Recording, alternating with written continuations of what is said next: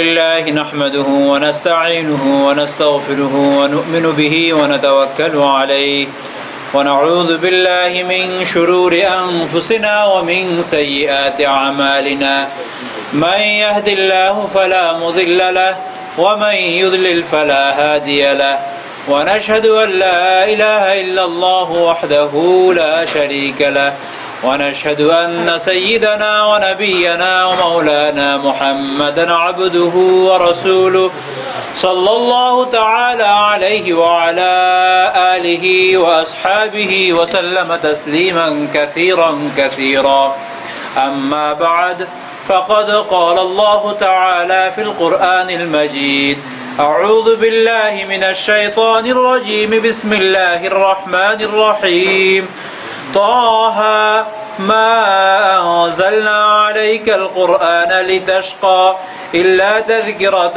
لمن يخشى تنزيلا ممن خلق الأرض والسماوات العلى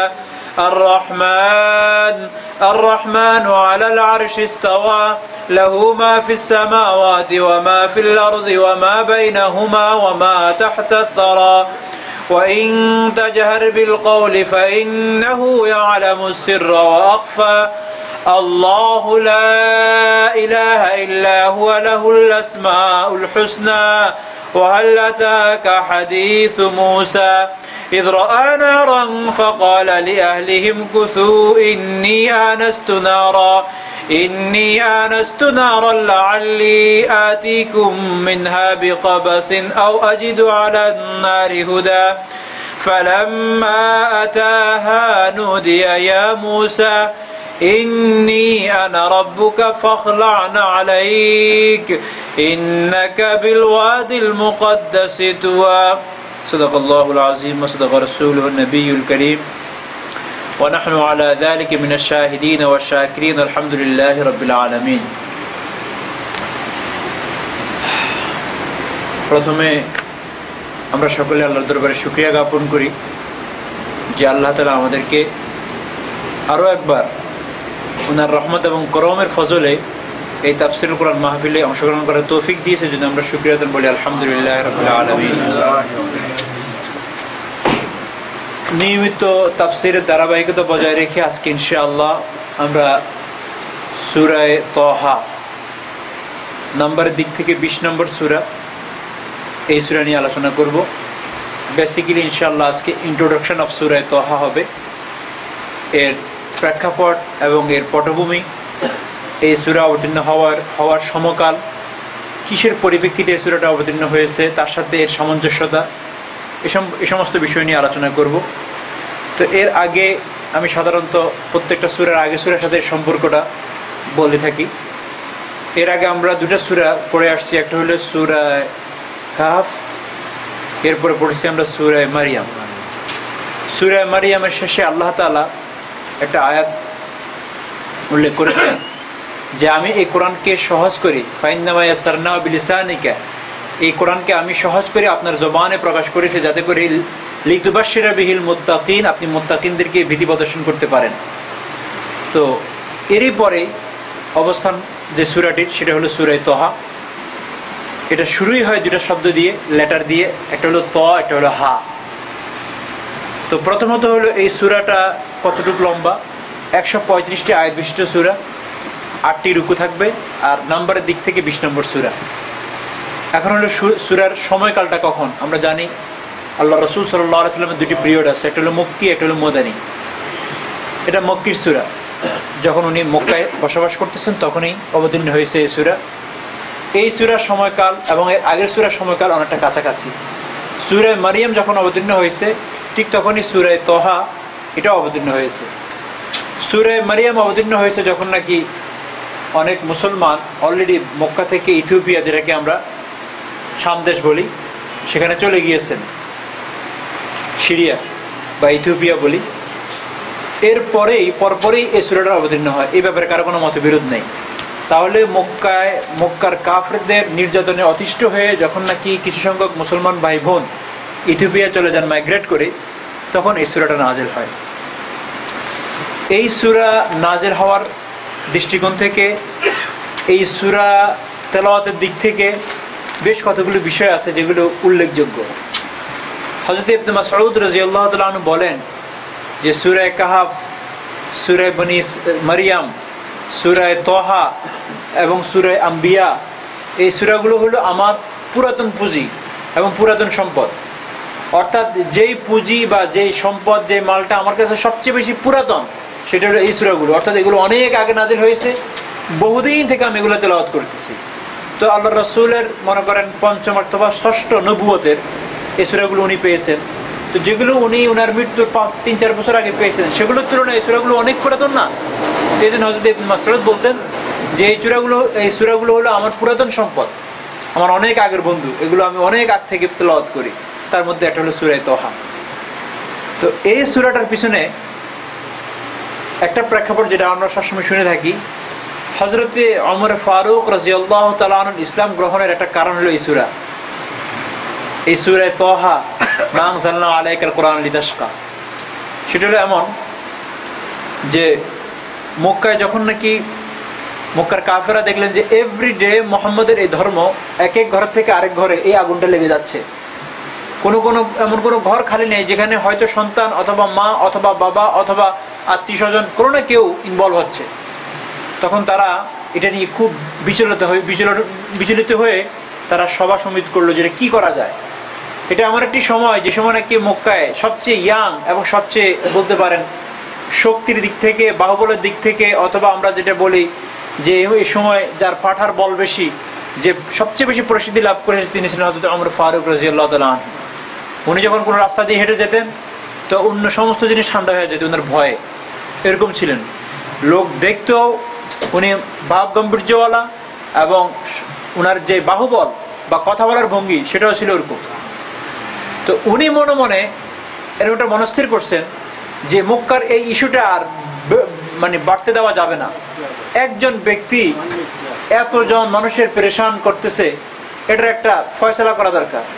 এবং সে নিজের সাথে অনেকটা এরকম করে নিয়েছে যে এটার একটা দিক আমি দেখিয়ে ছাড়বো, এবং নিজেকে অনেকটা এরকম করে নিয়েছে যে আমি প্রতিশোধ হিসাবে মুহাম্মদকে হত্যা করবো, নাউযুবিল্লাহ মিন যালিক। এরকম একটা নেশায় উনি বাইর হলেন। এক সাহাবী দেখলেন, ইয়া আল্লাহ, এর কি অবস্থা হবে ওমর, সবাই চিনে। তো বলল, প্রথমে অন্যের ঘরে আগুন লাগানোর আগে নিজের ঘর বাঁচান, আপন ঘর বাঁচান। আপনার ঘরেই তো আপনার বোনের যাবে মুসলমান, আরেকজনের উপর হামলা করতে যাবেন কেন আপনি? ওই সাহাবীর উদ্দেশ্য ছিল যে কোনোভাবে ওনার রাগ এবং ওনার এই প্ল্যানকে একটু ডাইভার্ট করা যায়, এটাই নিয়ত ছিল। কারণ এই ওমরের সামনে আমি কি করতে পারবো? তো উনি বললেন, বলো কি? বলে যে আগে ঘরে যান, তারপরে বাইরে যায়। অন্যের ঘরে আগুন লাগানোর আগে নিজের ঘরে আগুন বন্ধ করেন, আগুন তো ওখানেই লেগে আছে। উনি যাই কোনো আওয়াজ ছাড়া প্রথমে দরজায় কান লাগালেন। দরজায় কান লাগানোর পরে উনি শুনলেন যে ভিতরে কিছু পড়তেছে। উনি নক করলেন, ডোর ইয়ে করলেন, আওয়াজ করলেন, দরজা খুললো। ওনার আওয়াজ শুনে তো বোনে প্রথম বুঝলোই।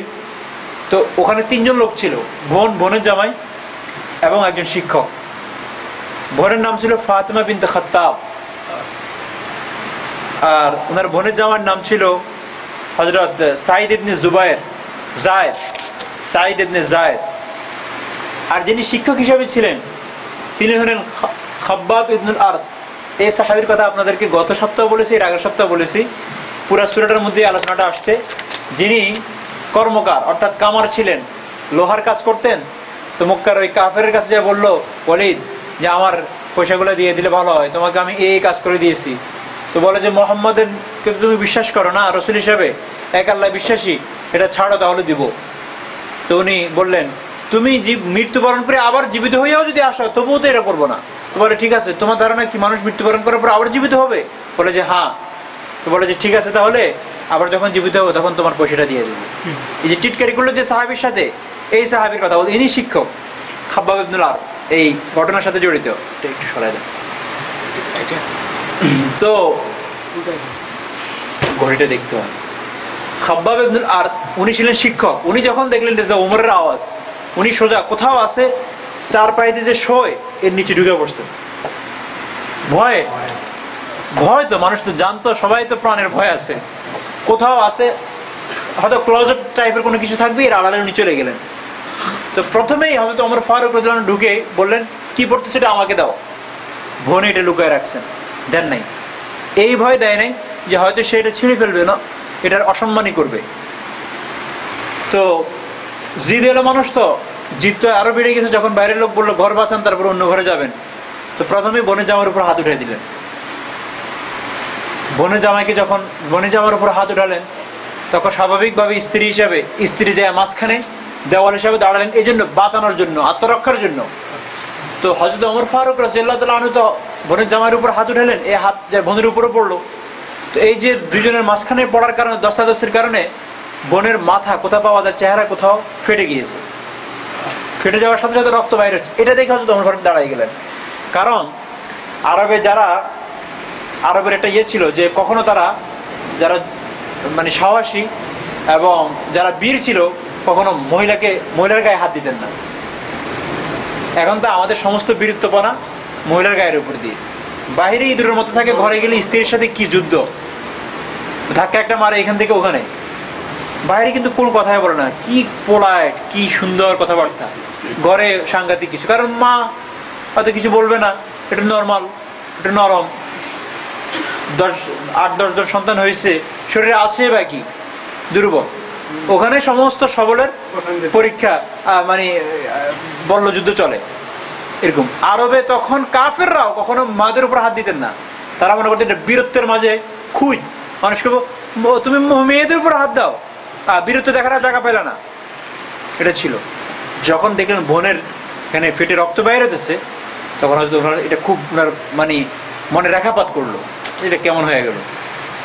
তুমি একটু তো বন্ধু বুঝে বলে যে আমাকে বইটা দেখাও, কি পড়তে সেটা দেখাও। বলে যে ওটা তোমাকে আমি দেখাবো না, তুমি আগে বলো যে ওটা তুমি সম্মানহানি করবে না। দেখেন এই মুহূর্তেও পুরা কোরআন শরীফ না, তখন পুরা কোরআন শরীফ ব্যবহার হয় নাই, কয়েকটা সূরা, তার মধ্যে সূরা তহা ছিল। এখন তো আমরা পুরা কোরআন শরীফে আমাদের কাছে আছে, তার কোনো ইজ্জত নেই, কোনো সম্মান আমরা করি না। তো বললো যে আমি ওটা অসম্মানই করবো না। বলে যে আরো একটা কাজ তোমাকে করতে হবে, কন্ডিশন, তোমাকে পাক হতে হবে, তুমি পাক না, তোমাকে শাওয়ার নিয়ে আসতে হবে, তারপর আমি দেখাবো। ঠিক আছে। শাওয়ার নেওয়ার দ্বারা উনি আরো কুল ডাউন হয়ে গেলেন। আপনারা তো জানেন, রাগ হলে যদি আপনি দাঁড়ায় থাকেন বসে যাবেন, এটা সুন্নত, হাদিসে পাকে আছে। যদি বসে থাকেন তো শুয়ে যাবেন, গড়াবেন। রাগ না থামলে অজু করবেন, গোসল করবেন। কারণ মানুষের রাগ যখন চড়া হয়ে যায় তো রক্তচাপ বেড়ে যায়, রক্তের চাপ বেড়ে যায়। যখন ঠান্ডা পানিতে গোসল করবেন সেটা আস্তে আস্তে আপনার কুল ডাউন হয়ে যায়। তো উনি গোসল করে আসলেন, তারপর ওনাকে দিলেন, উনি হাতে নিলেন। উনি তো আরবি জানেন না, আরব দেশের। তো উনি খোলার সাথে সাথে যেই উনার সামনে যে সূরাটা আসছিল সেটা ছিল এই সূরাটা। উনি পড়লেন, তাহা মা আনজালনা আলাইকাল কুরআনা লিতাশকা ইল্লা তাযকিরাতাল লিমান ইয়াখশা তানজিলাম মিম্মান খালাকাল আরদা ওয়াস সামাওয়াতিল উলা আর রাহমানু আলাল আরশি ইস্তাওয়া লাহু মা ফিস সামাওয়াতি ওয়া মা ফিল আরদি ওয়া মা বাইনাহুমা ওয়া মা তাহতাস সারা ওয়া ইন তাজহার বিল কওলি ফাইন্নাহু ইয়ালামুস সিররা ওয়া আখফা। কতগুলো আয়াত পড়লেন। পড়ে উনি বললেন, এটা খুব ভালো ভালো কথাই তো বলতেছে। ওই যে ওস্তাদ লুকায় আছে না, শব্দ শুনতেছে। এটা তো আমাদের মতো এত বড় প্যালেস না যে বিরাট ঘর ছিল। উনি তো ঘাম যায় আর আসে, তো কতক্ষণ দারোগা সাহেব থাকবে, কখন বাইরে হবে। উনি দেখলেন যে কাজ হয়ে গেছে। কি জন্য, কিভাবে বুঝছেন? সামনের কথাটাই বুঝবেন। উনি টপ করে বেরিয়ে বললেন, শোনো, তোমাকে আল্লাহ কবুল করেছে, তোমাদের আল্লাহ ইসলামের কাজ নিবে। কেন বললেন এটা? উনি বললেন, ওমর, গতকালকে আমি নিজ কানে শুনেছি রাসূল আকরাম সাল্লাল্লাহু আলাইহি ওয়াসাল্লাম দোয়া করতেছিলেন যে ও আল্লাহ, তুমি আবুল হাকাম অথবা ওমর ইবনুল খাত্তাব, এই দুজনের কোনো একজনের মাধ্যমে ইসলামের আওয়াজকে বুলন্দ করো। আবুল হাকাম হলো আবু জাহেল। হাকাম মানে হিকমত, প্রজ্ঞার বাবা। আবুল মানে আপনারা জানেন ফাদার অফ মানে উইজডম। আল্লাহ রাসূল বলেন যে আল্লাহকেই চিনল না, তার নাম বুঝি উইজডমের ফাদার হবে, যা সে হলো ইগনোরেন্সের বাবা। আবু জাহেল মানে ইগনোরেন্স, জাহেল, অজ্ঞ, ইগনোরেন্সের বাপ। সে কোনো উইজডমের বাবা হইতে পারে না, পিতা হইতে পারে না। ওখান থেকে নাম হয়ে গেছে আবু জাহেল। আবু জাহেলের নাম আবু জাহেল না, আবু জাহেলের নাম আবুল হাকাম ছিল। আর অথবা ওমর ইবনুল খাত্তাব, খাব্বাব ইবনুল আরদ বুঝে গেছেন যে দোয়াটা কবুল হয়ে গেছে ওমর ইবনুল খাত্তাবের ব্যাপারে। চলেন আমি আপনাকে নিয়ে যাই, সাথে করে নিয়ে গেল। উনি যখন বাইর হলেন প্রতিশোধের আগুনে যে আমি মুহাম্মদকে দেখাই দিব, নাউযুবিল্লাহ মিন যালিক, তখন তো এই আওয়াজ আল্লাহ রাসূল পর্যন্ত চলে গিয়েছে। তো উনি গেলেন খাব্বাব ইবনুল আরদের সাথে, তলোয়ার তো সাথে আছেই, তলোয়ার তো আরবদের সাথে কলম, আমাদের যেরকম কলম থাকে এরকমই থাকতো। তো যাই দরজা নক করলেন, আল্লাহ রাসূলের সাথে 3 থেকে 6 জন সাহাবী শোনা যায় অনেক সময় ছিলেন ভিতরে। বললেন যে কে? বলে যে ওমর। সব সাহাবী সেখানে, মানে এটা ফ্রিজিং এর যে অবস্থা, দরজা খোলা যাবে না। আল্লাহ রাসূল স্বাভাবিকভাবে আছেন, কারণ আমার আপনার কানেকশন তো ম্যাটেরিয়াল লাইফের সাথে। উনি স্বাভাবিকভাবে উনি বললেন দরজা খুলে দাও। সাহাবীরা বললেন ইয়া রাসূলুল্লাহ, বলে যে খুলে দাও। খুললেন, খোলার পরে তলোয়ারটা নিয়ে আসে আল্লাহ রাসূলের সামনে ডেকে বললেন আশহাদু আল্লা ইলাহা ইল্লাল্লাহ ওয়া আশহাদু আন্না মুহাম্মাদান আবদুহু ওয়া রাসূলুহু।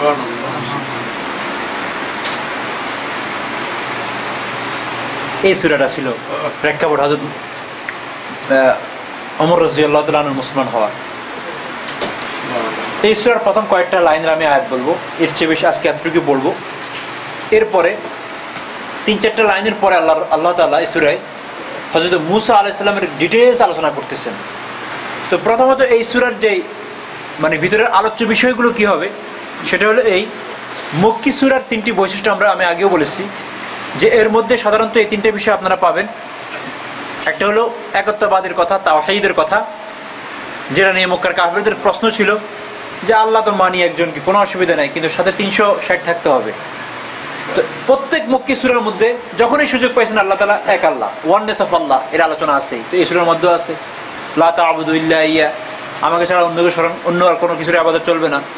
দ্বিতীয়, তাদের আরেকটা আক্ষেপ, এই নবী বুঝি পাঠানো বা বানানোর আর কোনো লোক পেল না, আমাদের ভাতিজা ইতিম হিসাবে বড় হয়েছে একে পেল, এই একটা তাদের আক্ষেপ। আচ্ছা, আল্লাহ যদি নবী পাঠাইতেন একজন ফেরেশতাকে পাঠাইতেন। তো এই আলোচনাটা এখানে হবে। আর কি কি অস্বীকার করতেন তারা? পুনর্জীবন এবং কিয়ামত হওয়া, এটাও আলোচনা হবে। মক্কি সূরার বৈশিষ্ট্য হলো এই, যখনই মক্কি সূরা পড়বেন সেখানে পাবেন ইয়া আইয়ুহান নাস এই শব্দ বেশি পাবেন, হে লোক সকল। কিন্তু যখন মদিনা সূরা পড়বেন ইয়া আইয়ুহাল্লাযিনা আমানু, মানুষ অলরেডি মুমিন হয়ে গেছে, মুসলমান হয়ে গেছে। আর মক্কি সূরার একটি বৈশিষ্ট্য বললাম, কিয়ামতের কথা বেশি বলবে, ওয়াননেস অফ গড, আল্লাহ এক, এর আলোচনা বেশি আসবে, আল্লাহ রাসূলের রিসালাতের ব্যাপারে আলোচনা আসবে, পুনর্জীবনের কথা আসবে, কিয়ামতের কথা আসবে। এগুলো মক্কার কাফিরদের হজম করা বহু কষ্ট হয়ে যেত, কারণ এগুলো হজম করলে তো বাদামি করা আর দুষ্টামি করা ছেড়ে দিতে হবে, এই জন্য এগুলো তারা গ্রহণ করতে পারতেন। এই একটা আলোচনা এই সূরার মধ্যে হবে। এছাড়া আরেকটা আসবে আল্লাহ রাসূল সাল্লাল্লাহু আলাইহি ওয়াসাল্লামের ব্যক্তিত্ব, দায়িত্বশীলতা। ব্যক্তিত্ব কিসের ক্ষেত্রে? যে বাতের সামনে মাথা নত না করা, আর হাজার কঠিন পরীক্ষার সময় অটল থাকা। এরপরে দায়িত্বশীলতা, আল্লাহ রাসূলকে যে দায়িত্ব দিয়েছেন ইবলাগ, পৌঁছায় দেওয়া, এটাকে পৌঁছানোর ক্ষেত্রে পুঙ্খানুপুঙ্খ দায়িত্ব পালন যে করেছেন সেই আলোচনা এখানে আসবে। এটাও এর মধ্যে আমরা দেখতে পাবো এই সূরার মাঝে। এরপরে যেটা সবচেয়ে বেশি দেখতে পাবো এই সূরার আলোচ্য বিষয়ের ভিতরে হযরত মূসা আলাইহিস সালাতু ওয়াস সালামের আলোচনা, পুরা ডিটেইলস হযরত মূসা আলাইহিস সালাম আলোচনা আসবে, অনেক লম্বা। কি জন্য? আল্লাহ রাসূল সাল্লাল্লাহু আলাইহি সাল্লামকে উনাকে সান্ত্বনা দেওয়ার উদ্দেশ্যে আল্লাহ তাআলা এই নবীর ঘটনা বলেছেন। কারণ আল্লাহ রাসূল সাল্লাল্লাহু আলাইহি সাল্লামের জিন্দেগির সাথে হযরত মূসা আলাইহিস সালাম এবং ওনার বাহিনীর সাথে অনেক মিল আছে। মক্কার কাফিরদের তৎকালীন অবস্থা এবং ফেরাউন আর মূসা আলাইহিস সালামের অবস্থার সাথে অনেক সামঞ্জস্যতা আছে। এই আলোচনাটা এখানে আসবে। এরপরে হযরতে আদম আলাইহিস সালাতু ওয়াস সালামের আলোচনা আসবে, যে আল্লাহ তাআলা ওনাকে ওনার তওবা করার কারণে মাফ করে দিয়েছেন। এই আলোচনাটা এই সূরার মধ্যে আসবে। সর্বশেষ এই সূরার মাঝে যে আলোচনাটা আসবে মক্কার মুসলমানদেরকে সবর এবং পেশনের সাথে কাজ করার জন্য, যে এই সবর কিছুদিনের জন্য, এরপর ইনশাআল্লাহ তোমাদের সাথে আল্লাহর মদদ চলে আসবে, এই কথা বলে আল্লাহ তাআলা এই সূরা শেষ করে দিয়েছেন। এটা হলো পুরা সূরার আলোচ্য বিষয়। এখন সূরার প্রথমে কয়েকটা আয়াতের আমি অনুবাদ করব। প্রথম আয়াত হলো তহা। ত শব্দটা, লেটারটা এবং হা, এর কি অর্থ? প্রথমে আমি বলেছি এগুলোকে বলা বিচ্ছিন্ন অক্ষর, এগুলোর অর্থ একমাত্র আল্লাহ তাআলা জানেন। তবুও কেউ কেউ ইয়াসিন, তহা এটাকে আল্লাহ রাসূলের নাম বলেছেন। আমরা যেরকম আল্লাহ 99টা নাম পাই না, এরকম আল্লাহ রসুলের অনেক নাম আছে। আনাল মাহি একটা নাম, মোহাম্মদ একটা নাম, আহমদ একটা নাম, এরকম মুনজির একটা নাম, অনেক নাম এরকম আছে আল্লাহ রসুলের। তার মধ্যে একটা তহা, ইয়াসিন অনেকে বলেন, কিন্তু অথেন্টিক কথা হলো অনেক সাহাবিও অনেক সময় তর্জমা করেছেন যে তহার অর্থ হলো হে আব্দ, হে আমার বান্দা। কোথাও আছে হে মোহাম্মদ, এটাকে আল্লাহ তাআলা তহা দিয়ে বলেছেন। কিন্তু বিশুদ্ধ মতামত হলো বাস বিচ্ছিন্ন অক্ষর, এগুলোর অর্থ কি একমাত্র আল্লাহ জানেন। এরপর যে আয়াত 2 নম্বর আয়াত, আল্লাহ তাআলা বলেন মা আনজালনা আলাইকাল কুরআনা লিতাশকা, হে মুহাম্মদ আমার হাবিব সাল্লাল্লাহু আলাইহি ওয়াসাল্লাম, আপনার উপর আমি কোরআনটা এই জন্য অবতীর্ণ করে নাই যে এটা আপনার জন্য বার্ডেন হবে, এর দ্বারা আমি আপনাকে কষ্ট দিব, এই জন্য আমি কোরআনকে অবতীর্ণ করে নেই। এর আগে আছে না কোরআনকে আল্লাহ তাআলা সহজ করেই অবতীর্ণ করেছেন। এটা এই জন্য বলেছেন যে মক্কার কাফেররা যখন কোরআন নাজিল হয়েছে, তো আল্লাহ রসুল সারা রাত্র কোরআন পড়তেন, সারা রাত্র দাঁড়ায়, পাটা ফুলে যেত, পা ফুলে যেত, ফেটে যেত, তবু দাঁড়ায় দাঁড়ায় নামাজ পড়তেন। তো মক্কার কাফেররা বলতো মা আনজালাল্লাহু হাযাল কুরআন, আল্লাহ এমন কি কোরআন নাজিল করেছে আলা মুহাম্মদ, এই মুহাম্মাদের উপরে সাল্লাল্লাহু আলাইহি সাল্লাম, ইল্লা লিয়াশকি, এই যে বলে যে আল্লাহ তাআলা এই কোরআনকে নাজিল করেছে মানে মুহাম্মদকে কষ্ট দেওয়ার জন্য। নাউযুবিল্লাহি মিন যালিক। কি কষ্ট? আগে তো মুহাম্মদ ঘুমাইতে পারতো, এখন আর ঘুমাইতে পারে না, সারা রাত এটা পড়তে থাকে আর পা ফুলতে থাকে। তো এই জন্য আল্লাহ তাআলা বলেন মা আনজালনা আলাইকাল কুরআনা লিতাশকা, আমি কোরআনকে এই জন্য নাজিল করি না যে আপনি এটা নিয়ে কষ্ট পাবেন। হাদিসে পাওয়া যায় যে আল্লাহ রাসূল পুরো রাত্র নামাজ পড়তেন শুরু থেকে শেষ। এই আয়াত নাযিল হওয়ার পরে শুরু রাতে শুয়ে যেতেন, শেষ রাতে পড়তেন, যেটাকে আমরা তাহাজ্জুদ হিসেবে জানি। এই আয়াত নাযিল হওয়ার পরে যে আপনাকে আমি এই কষ্টের জন্য কোরআনটা দিই নাই, মা আনজালনা আলাইকাল কুরআনা লিতাশকা, কি জন্য দিয়েছি? ইল্লা তাযকিরাতাল লিমান ইয়াখশা, এটা একটা স্মারকের মতো, এই স্মারকটা আমি আপনাকে দিয়েছি এই জন্যে যাতে করে যারা আমাকে ভয় করে তাদেরকে আপনি এর থেকে নসিহত দেন, অ্যাডভাইস দেন। ইল্লা তাযকিরাতাল লিমান ইয়াখশা, যাতে করে তারা উপদেশ অর্জন করতে পারে এখান থেকে, আর কিছু না, তাদের জন্য এটা স্মারক গ্রন্থ। আর যারা আমাকে মানবে না, বক্রতা, যাদের অন্তরের মধ্যে বক্রতা আছে, তাদের জন্য আমার এই কোরআন না। আপনি এত কষ্ট করতেছেন কেন? আল্লাহ রাসূল সারা রাত নামাজ পড়তেন আর দোয়া করতেন আল্লাহর কাছে, এটা আল্লাহ মনে হয় আমি দাওয়াটা দিতে পারতেছি না, এই জন্য মক্কার এই লোকগুলো কেন মুসলমান হচ্ছে না? উনি খুব পেরেশান হইতেন। কখন কখন আল্লাহ রাসূলের কাছে এরকম মনে হয় আমি আত্মহত্যা করি, কেন আমি মনে হয় দাওয়াত দিতে পারতেছি না, নিজের উপর ব্লেম করার চেষ্টা করতেন। এই জন্য আল্লাহ বলেন যে আপনি এত কষ্ট নেবেন না, সাদা সিধা ভাবে সহজভাবে কোরআনটা অবতীর্ণ করেছি, যাদের অন্তরে সামান্যতম ভয় ভীতি আছে তারা এটা গ্রহণ করবে, আপনি এত পেরেশান হবেন না। ইল্লা তাযকিরাতাল লিমান ইয়াখশা। শুনেন, আপনি এত পেরেশান হন কেন? এই কোরআন, এই স্মারক কই থেকে নাযিল হয়েছে? তানজিলাম মিম্মান খালাকাল আরজ, এটা এমন এক সত্তা থেকে আসছে এই স্মারকটি যিনি আসমান এবং জমিনকে সৃষ্টি করেছেন। যিনি কাকে সৃষ্টি করেছেন? আসমান এবং জমিনকে। তো আসমান এবং জমিন যিনি সৃষ্টি করেছেন, আসমান এবং জমিনের মাঝে যারা আছেন এদেরকে উনি জানেন না? তো তাদের জন্য ডিজাইন করেই তো এই স্মারকটাকে আল্লাহ তাআলা অবতীর্ণ করেছেন। আপনারা তো পেরেশানের কারণটা কি? পেরেশান হওয়ার তো কোনো প্রয়োজন নেই। তো এটাই বলতেছেন তানজিলাম মিম্মান খালাকাল আরদ ওয়াস সামাওয়াতিল উলা, যিনি আসমানকে সৃষ্টি, যিনি জমিনকে সৃষ্টি করেছেন এবং সুউচ্চ আসমানকে সৃষ্টি করেছেন। দেখেন, আসমানের ক্ষেত্রে ওয়ার্ডটা ব্যবহার করা হয়েছে সুউচ্চ। কেন? যে আসমানটা এত সুউচ্চ এবং যেখানে কোনো আমাদের চর্মচক্ষু দিয়ে আমরা কোনো ফিলার দেখি না, এই জন্য আল্লাহ তাআলা সেটাকে বলছে যে তোমাদের চোখে কি এটা আশ্চর্য মনে হয় না যে সুউচ্চ আসমানটাকে যিনি সৃষ্টি করেছে তিনি তোমাদেরকে আবার পুনর্জীবন দিতে পারবে না, আবার তোমাদেরকে পুনর্জান দিতে পারে না? এই এখানেই শেষ না, আল্লাহ তাআলা এরপরে বলেন যে আর রহমান আলাল আরশ ইস্তাওয়া। এখানে আল্লাহ তাআলা বলতেছিলেন যে আল্লাহ তাআলা আসমান এবং জমিনকে সৃষ্টি করে আস্তে করে ঘাটতি কোটটা নিয়ে ঘুমায় পড়েন নাই। এখন আসমান এবং জমিনের মাঝে কে গুনাহ করতেছে, কে করাপশন করতেছে, কে ভালো করতেছে তার খবর নিচ্ছে না, তা না। আল্লাহ বলে যে এই নিখিল পৃথিবী আমি সৃষ্টি করার পরে আমি আবার এই বিশ্বলোকের যে সিংহাসন সেখানে আমি বসেছি। আর রহমান আল্লাহ তাআলা আলাল আরশ, আরশকে বলা হয় সিংহাসন, ইস্তাওয়া, এই বিশ্বলোকের সৃষ্টি করার পরে এর সিংহাসনে আমি সমাসীন। অনেক সময় এরকম হয় না যে আপনি সব বানায় এটা নেয়, আপনি এই মুহূর্তে আর সে প্রজেক্টে নেয় আরেকখানে চলে গেছেন, তো প্রজেক্টের কি অবস্থা সেটা আপনি জানেন? আল্লাহ বলে এই যে বিশ্বলোক তুমি দেখো, এই যে নিখিল তুমি দেখতেছো, এগুলো বানানোর পরে আবার এগুলোকে ওয়াচ করার জন্য আমি আমার সিংহাসনে আসি সমাসীন। কোনো কিছু আমার থেকে গাফেল না, লুকায়িত না, যে সম্পর্কে আমি অবগত না, এরকম না। আর রহমান আলাল আরশ ইস্তাওয়া লাহু মা ফিস সামাওয়াতি ওয়া মা ফিল আরদ। আল্লাহ কি বলেন যে আসমান এবং জমিনে যাহা কিছু আছে বিলং টু মি, আমার একদম নখদপন্ন, নখটি আমরা যেমন দেখি এরকম। শুধু তা না, আল্লাহ তাআলা আরেকটু সামনে বলেন ওয়া মা ফিল ওয়া মা বাইনাহুমা, আসমান এবং জমিনের মধ্যে যা আছে। তাহলে প্রথম বললেন এই দুইটার মধ্যে যা আছে, এরপর এই দুইটার মাঝখানে যা আছে তাও আমি জানি। এরপর আমাদের এটা থেকে যায় জমিনের নিচে তো বহু কিছু আছে। আল্লাহ এরপরে বলেন ওয়া মা তাহতা সারা, এবং ভূগর্ভেও যা আছে তাও আমি জানি। ভূগর্ভে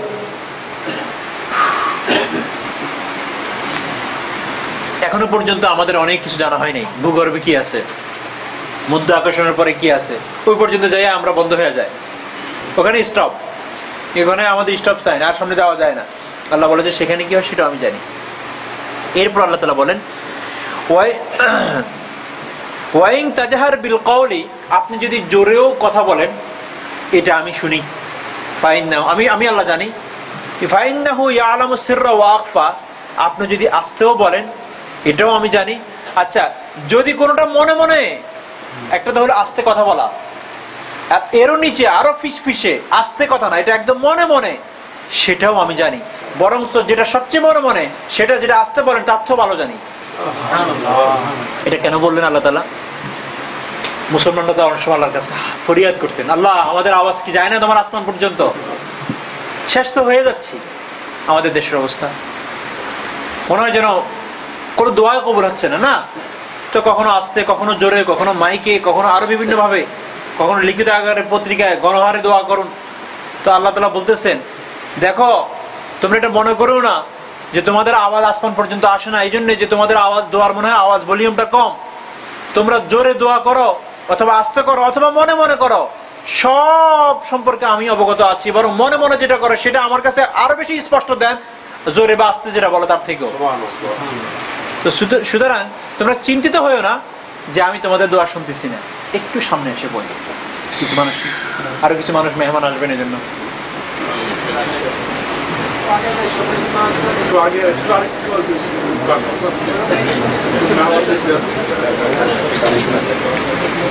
এরপর আল্লাহ তাআলা বলেন আল্লাহু লা ইলাহা ইল্লা হুয়া লাহুল আসমাউল হুসনা।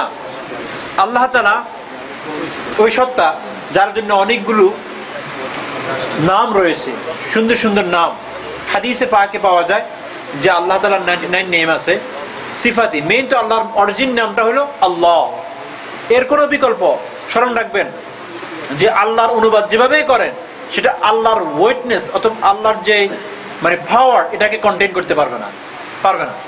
আপনি আল্লাহকে বাংলায় বলেন খোদা বলেন, একটা কথার কথা, অথবা প্রভু বলেন, অথবা ইংলিশে গড বলেন, আল্লাহ শব্দের যে ওয়েট, আল্লাহ শব্দের যে আবেদন সেটা আসবে না, খেয়াল রাখবেন।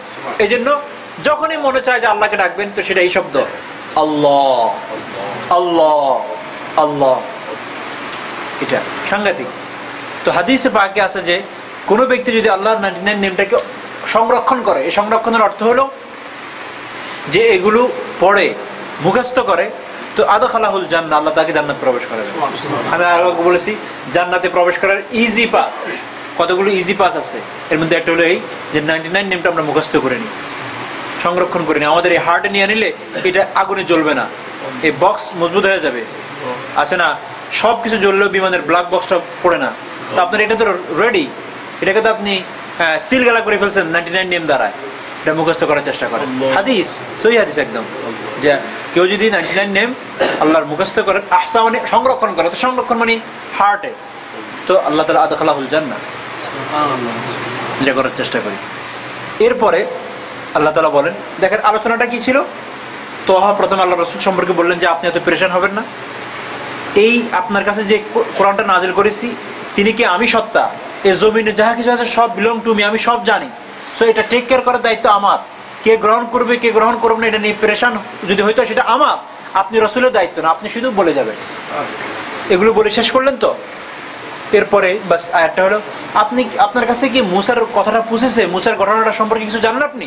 হাল আতাকা হাদিসু মুসা, আপনার কাছে মুসার বাহিনী সম্পর্কে কোনো খবর পৌঁছেছে? এখন প্রশ্ন হলো যে আল্লাহ তাআলা কোরআন নাজিলের কথা বললেন, নিজের কথা বললেন, এরপর মুসার ঘটনার সাথে এটার কি সম্পর্ক?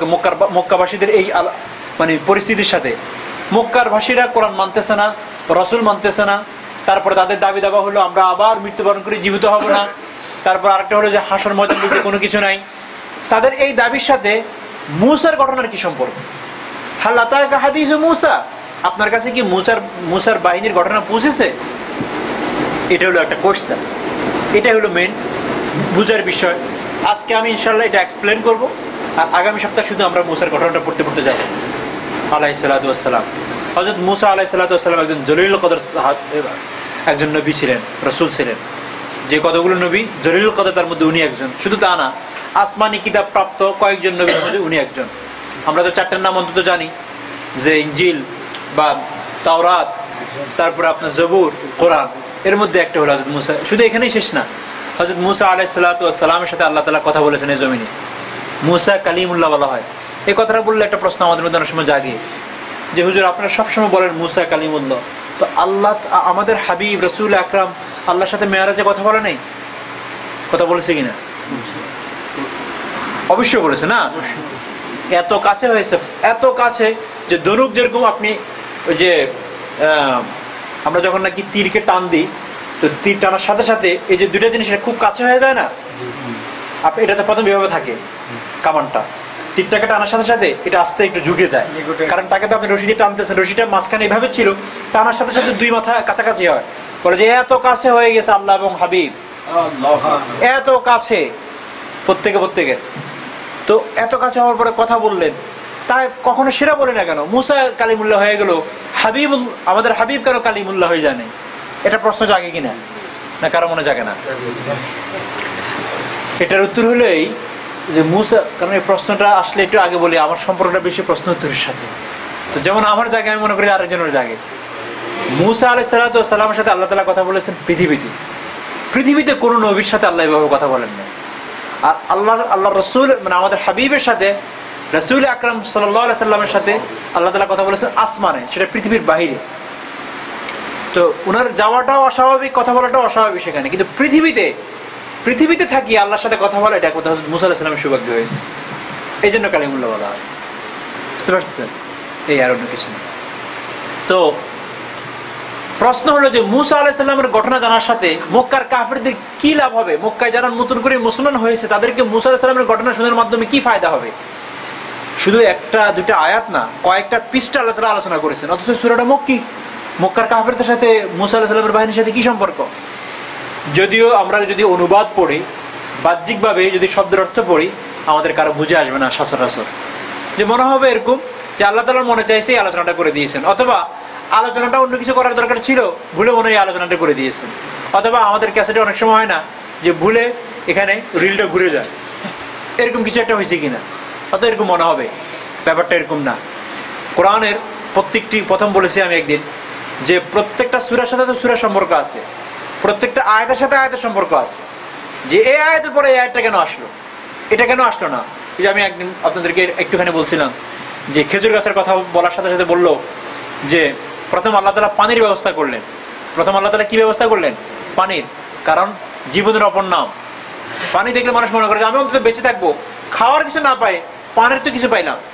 পানির ব্যবস্থা করার পর হযরত মারিয়াম আলাইহিস সালামের ব্যাপারে তারপরে খেজুরের ব্যবস্থা করলেন না, কিন্তু খাওয়ার ক্ষেত্রে যখন খাওয়ার সময় হলো আল্লাহ বললেন যে প্রথমে খাও তারপর পান করো।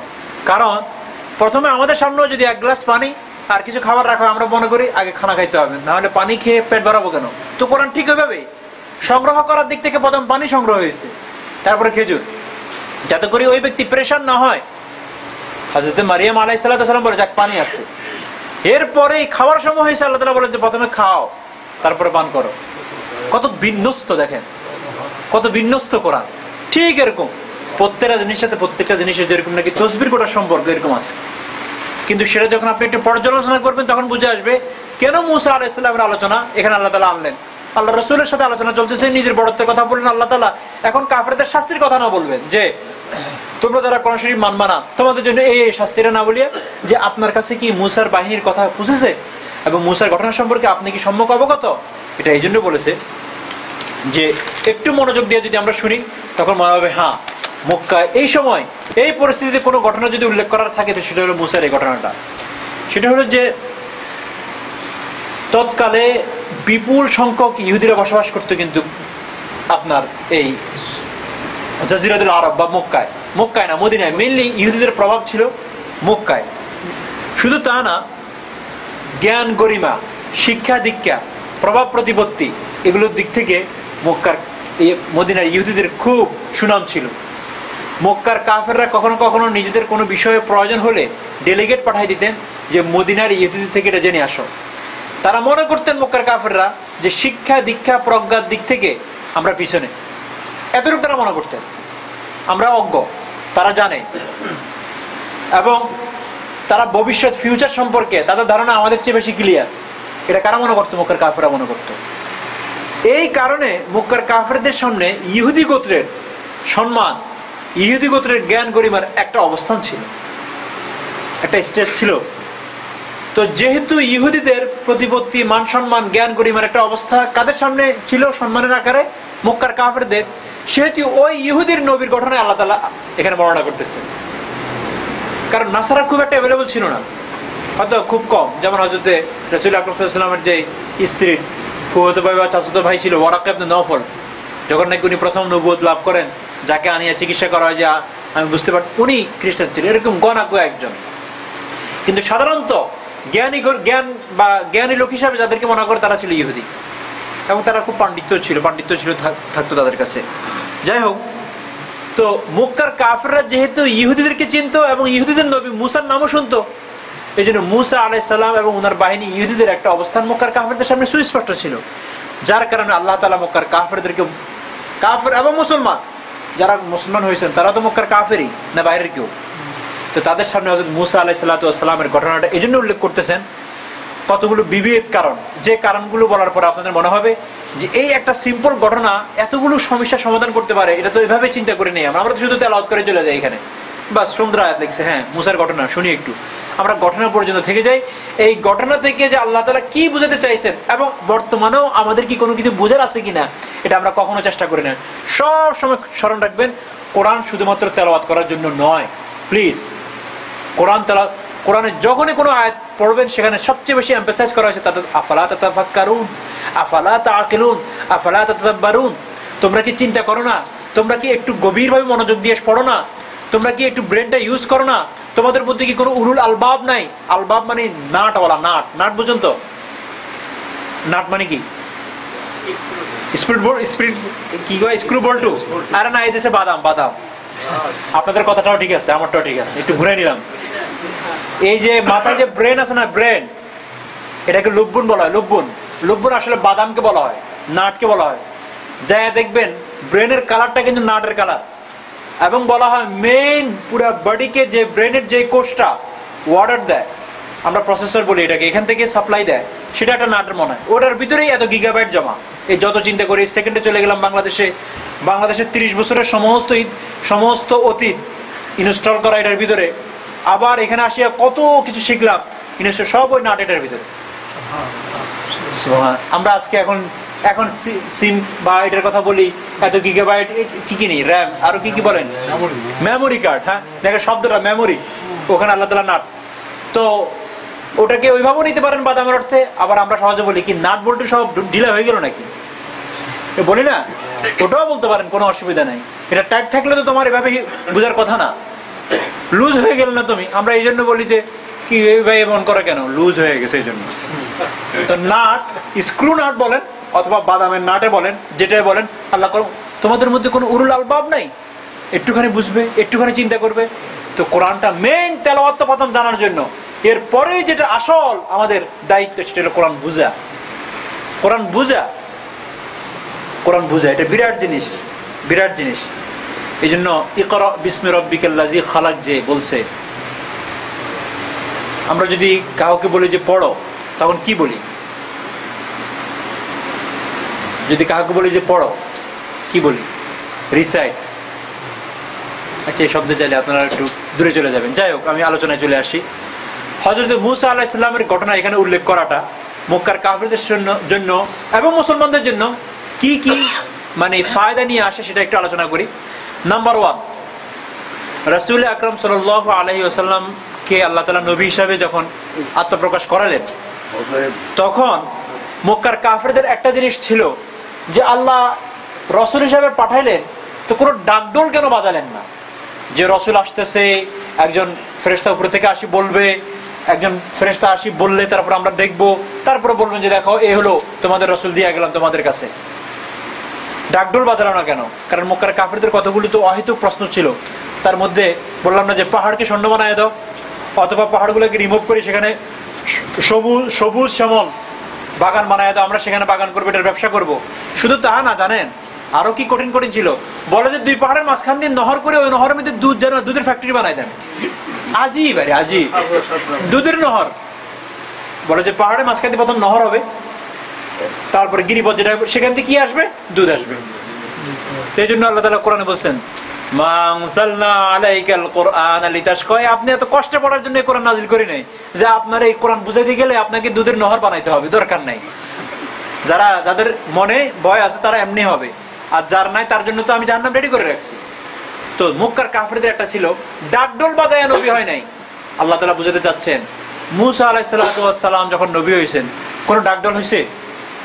পথ দিয়ে আসতেছেন উনি উনার স্ত্রীকে নিয়ে, তো এক জায়গায় দেখলেন স্ত্রী অন্তঃসত্ত্বা ছিলেন, প্রায় সন্তান সম্ভাব্য, প্রসব হওয়ার কাছাকাছি, আগুনের দরকার ছিল। উনি দেখলেন যে আগুন জ্বলে, ময়দানে বলেন, গেলেন সেখানে, যা দেখলেন যে এটা তো আগুন না, এটা তাজাল্লি নূর, আল্লাহ তাআলার তাজাল্লি এবং নূর। তো উনি ওখানে নবুয়ত পেয়ে গেছেন, এই উনার শুরু, প্রফিটহুড ওখান থেকেই শুরু। এক, কোন নবীর ব্যাপারে তোমরা বাইর করো যিনি আসার আগে 6 মাস ডাকডোল হয়েছে যে আসতেছে আসতেছে, এরপরে এক বাদশার ফ্যামিলিতে জন্মগ্রহণ করেছে, সৈন্যবাহিনী ডাকডোল বাজায় ওনাকে পেশ করছেন, দেখো এই যে নবী। সবখানে তো এরকম সাধারণ ঘর থেকে নবী আমি বানাইছি। হযরত ইব্রাহিমের কথা বলো, হযরত ঈসার কথা বলো, ঈসার কথা তো আরো করুন, বাবাই নাই, বাবাই নাই, সামাজিক ভাবে এক ধরনের কোণঠাসা, সেটা দিয়ে বড় হয়েছে। তো তোমরা নতুন করে যে কথা বলো, এটা তো কোনো নবীর এরকম ডাকডোল বাজানো হয় নাই, নবীরা সাধারণ ভাবে রেজ আপ হয়েছে, সাধারণ ঘর থেকে তাদেরকে আনছি। আমি এই জন্য আনছি, বড় ঘর থেকে আনলে বলতা আপনি অনেক কাজে করতে পারবেন যেটা আমরা পারবো না, কারণ আপনি জন্মগ্রহণ করেছেন বড় লোকের ঘরে, এটা বলতা। এটা হলো ব্যক্তি। যদি ফেরেশতা আসতো কি বলতো জানেন? ও আপনারা ফেরেশতা দেখে অনেক কাজ আপনারা এরকম কন্ট্রোল করতে পারেন, আপনারা যদি আমাদের মতো মানুষ হতেন আর আপনাদের আমাদের একটা প্রবৃত্তি থাকতো, তাহলে একটা গুনাহ ছাড়তেন না, সব এভাবেই হতো। তো 1 নম্বর এটা বোঝানোর জন্য যে কোন নবীকে আমি ডাকডোল বাজায়া এরকম মানে নেই, সাধারণ ঘর থেকে সাধারণ ভাবে রেজাবে, তারপরে আমি যখন তাকে এই নবুয়তের গুরুত্ব দায়িত্ব দিই, তখন মানুষ বুঝতে পারে যে তিনি নবী। তোমাদের মানার যদি পছন্দ হয় মানো, না পছন্দ হলে মানা, কোনো অসুবিধা নেই। মা আনজালনা আলাইকাল কুরআনা লিতাশকা, আপনি এত কষ্ট করবেন না। 1। 2 নম্বর, অনেকগুলো রিজন হতে পারে, আমি কয়টা রিজন বলতেছি স্পষ্ট হওয়ার জন্য। হযরত রাসূল আকরাম সাল্লাল্লাহু আলাইহি ওয়াসাল্লাম যখন দাওয়াত দেওয়া শুরু করলেন, মক্কার কাফিরদের দুঃখটা কি ছিল জানেন? যে আপনি আমাদেরকে সব বলেন, আপনাকে আমরা মক্কার সবচেয়ে সুন্দরী মেয়েটাকে আপনার স্ত্রী হিসাবে দিয়ে দিব, মক্কার রাজত্ব আপনার কাছে থাকবে, মক্কায় এমন কোনো কিছু, এমন কোনো ব্যক্তি দাঁড়াবে না যে আপনাকে আপনার জন্য বা আপনার বিপরীতে কথা বলবে, আমরা সবাই আপনার অনুসারী হব, শুধু একটা আল্লাহর ওয়াস্তে এক আল্লাহর কথা বলবেন না। এটা আমাদেরকে গালিগালাজ করা, আমার মা বাবা দাদা দাদি যারা মানে লং টাইম, মানে আপনার সেঞ্চুরি টু সেঞ্চুরি 1000 বছর পালিয়ে আসছে, সেগুলোর বিপরীতে কথা বলবেন না। আল্লাহ রাসূল বললেন রাজত্ব চাও তোমরা তো এখন মক্কার মাত্র রাজত্ব করতেছো, মাত্র অল্প কটুক ভূখণ্ড, আমি তোমাদেরকে একটা থিওরি বলি, সেটা মানো, মক্কা রেখে আরব মানে জাজিরাতুল আরব রেখে এর বাইরে যাবা, সারা পৃথিবী তোমাদের রাজত্ব মেনে নেবে, সেটা হলো লা ইলাহা ইল্লাল্লাহ। তোমরা আমারটা মেনে নাও, এখন তো রাজত্ব শুধু মক্কার ভিতরে সামান্য গোত্রবিদ, এরপরে তোমাদেরকে পুরো পৃথিবী মেনে নেবে, মেনে নেয় নাই, পুরো পৃথিবীর রাজত্ব করে নাই। যাই হোক, তো আল্লাহ তাআলা দ্বিতীয় রিজনটা হলো যে এই নবী, এই মুহাম্মদ শুধুমাত্র কি প্রথম নবী যিনি এক আল্লাহর কথা বলেন? এর আগে যে সমস্ত নবী আসছে তারা কি বলেন নাই? আল্লাহ তাআলা এটা বলেন, তোমরা তো পাণ্ডিত্যের দিক থেকে, জ্ঞান গরিমার দিক থেকে কাকে একটু যোগ্য মনে করো? মদিনার ইহুদিদেরকে। তো ওই ইহুদিদেরকে যাই জিজ্ঞাসা করো তোমাদের নবীর প্রথম দাওয়াতটা কি? একই কথা, লা তা'বুদু ইল্লা ইয়্যাহ, আল্লাহ ছাড়া কাউকে আর কারো ইবাদত করা যাবে না, কোনো শরীক করা যাবে না। তো এই মুহাম্মদই কি প্রথম নবী যিনি এই একটা কথা বলেন যেটা আর অন্য কোনো নবী বলেন নাই? প্রত্যেক নবীর প্রথম বাণী। হযরত ইব্রাহিমের দ্বন্দ্ব বাবার সাথে কেন হয়েছে? এক খোদার পূজা নিয়ে, সব যেখানে যাবেন এক খোদার পূজা নিয়ে, যে এক খোদার, একাধিক না। তো তাহলে যদি তোমরা তাদেরকে শিক্ষিত মনে করো, তারাও যদি তাদের নবীর এক আল্লাহ এটাকে মেনে নিতে পারে, তাদের শ্রদ্ধা তোমাদের অন্তরে যদি থাকে তোমরা এটা মেনে নাও, পরে আরো খুশি না হবে নবী তো তোমাদের মাঝে আসছে। দ্বিতীয়, মা আনজালনা আলাইকাল কুরআন লিতাশকা, আপনার এত কষ্ট করার প্রয়োজন নেই। 3 নম্বর, সেটা হলো যে এই যে নবী অনেক সময় বলতেন মক্কার কাফেররা, আপনি নবী, আল্লাহ তাআলা আর কাউকে পায় নাই, তো আপনার পাশে তো সব ছিঁড়া লুঙ্গি আর এমনি নিচে শূন্য মানুষেরা ঘোরাঘুরি করে, আপনার তো কোনো বল সদল বল নাই।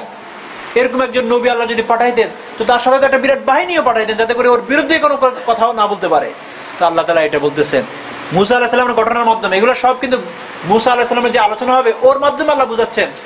মুসা আলাইহিস সালামের কোনো দল ছিল, কোনো বাহিনী ছিল? যখন উনি আসতেছেন মিশরের দিকে ফিরতেছেন, উনি ফিট পাইছেন ওই যখন নাকি আল্লাহর সাথে কথা হয়েছে, এরপরে উনি বহু আকুতি মিনতি করার পরে উনার ভাইকে ওনার সাথে দিয়েছেন সহযোগিতা করার জন্য। এতটুকু ছাড়া ওনার আর কোনো সহযোগী ছিল? তো কোন নবী কি এরকম আছে যিনি এরকম সদল বল নিয়ে তারপরে ওনার নবুয়তের কাজ শুরু করে দিয়েছেন, দাওয়াতি কাজ শুরু করেছেন? প্রত্যেক নবী তো একাই ঘর থেকেই শুরু করলেন, তো এখানে কি আবার দল বলের প্রয়োজন? মুসা আলাইহিস সালামের ঘটনার মধ্যে আল্লাহ তাআলা বুঝাই দিবেন একা একা আসি কাকে দাওয়াত দিয়েছে? ফেরাউনকে, সাথে ভাই ছিল। তো ফেরাউন শক্তিশালী ছিল না মুসা শক্তিশালী ছিল? বাহ্যিক দিক থেকে ফেরাউন শক্তিশালী ছিল। দেখেন হযরত মুসা আলাইহিস সালাম যখন নাকি আগুন দেখেন, উনি আগুনের কাছে গেছেন ম্যাটেরিয়াল লাইফের একটা অ্যাডভান্টেজের জন্য, দুনিয়াবি একটা প্রয়োজন উনি গিয়েছেন, যায় পেয়ে গেলেন আখিরাতের আগুন। গেছেন দুনিয়ার আগুনের জন্য, তাই না? বিবি স্ত্রী অন্তঃসত্ত্বা, ওই আগুনটা আনি দুনিয়ার একটা প্রয়োজন পূরণ করবেন, যায় দেখেন যে ওটা তো আখিরাতের আগুন, আশার আগুন লেগে আছে ওখানে। তো উনি যখন আসছেন ফেরাউনের দরবারে, উনি আর ওনার ভাই আসছেন, কে পরাশক্তি বেশি? ফেরাউন। দুর্বল কে? হযরত মুসা। এদেরকে ইঙ্গিত দেওয়া, এই ঘটনা পড়ার পরে তোমরা বুঝতে পারবা দুর্বল মোহাম্মদকে দেখা যায়, তোমরা ফেরাউনের জায়গায় বসে আছো, তো নির্মম তার কি কাহিনী হয়েছে সেটার জন্য অপেক্ষা করো। বুঝতেছেন? তাহলে এই ঘটনার মাধ্যমে মক্কার কাফেরদেরকে এটা বোঝানোর জন্য যে মুসা একাই আসছে, তার ভাই আসছিল সাথে, দেখতে এরকম দুর্বল দেখা গিয়েছে, কিন্তু ফাইনাল বিজয় কার?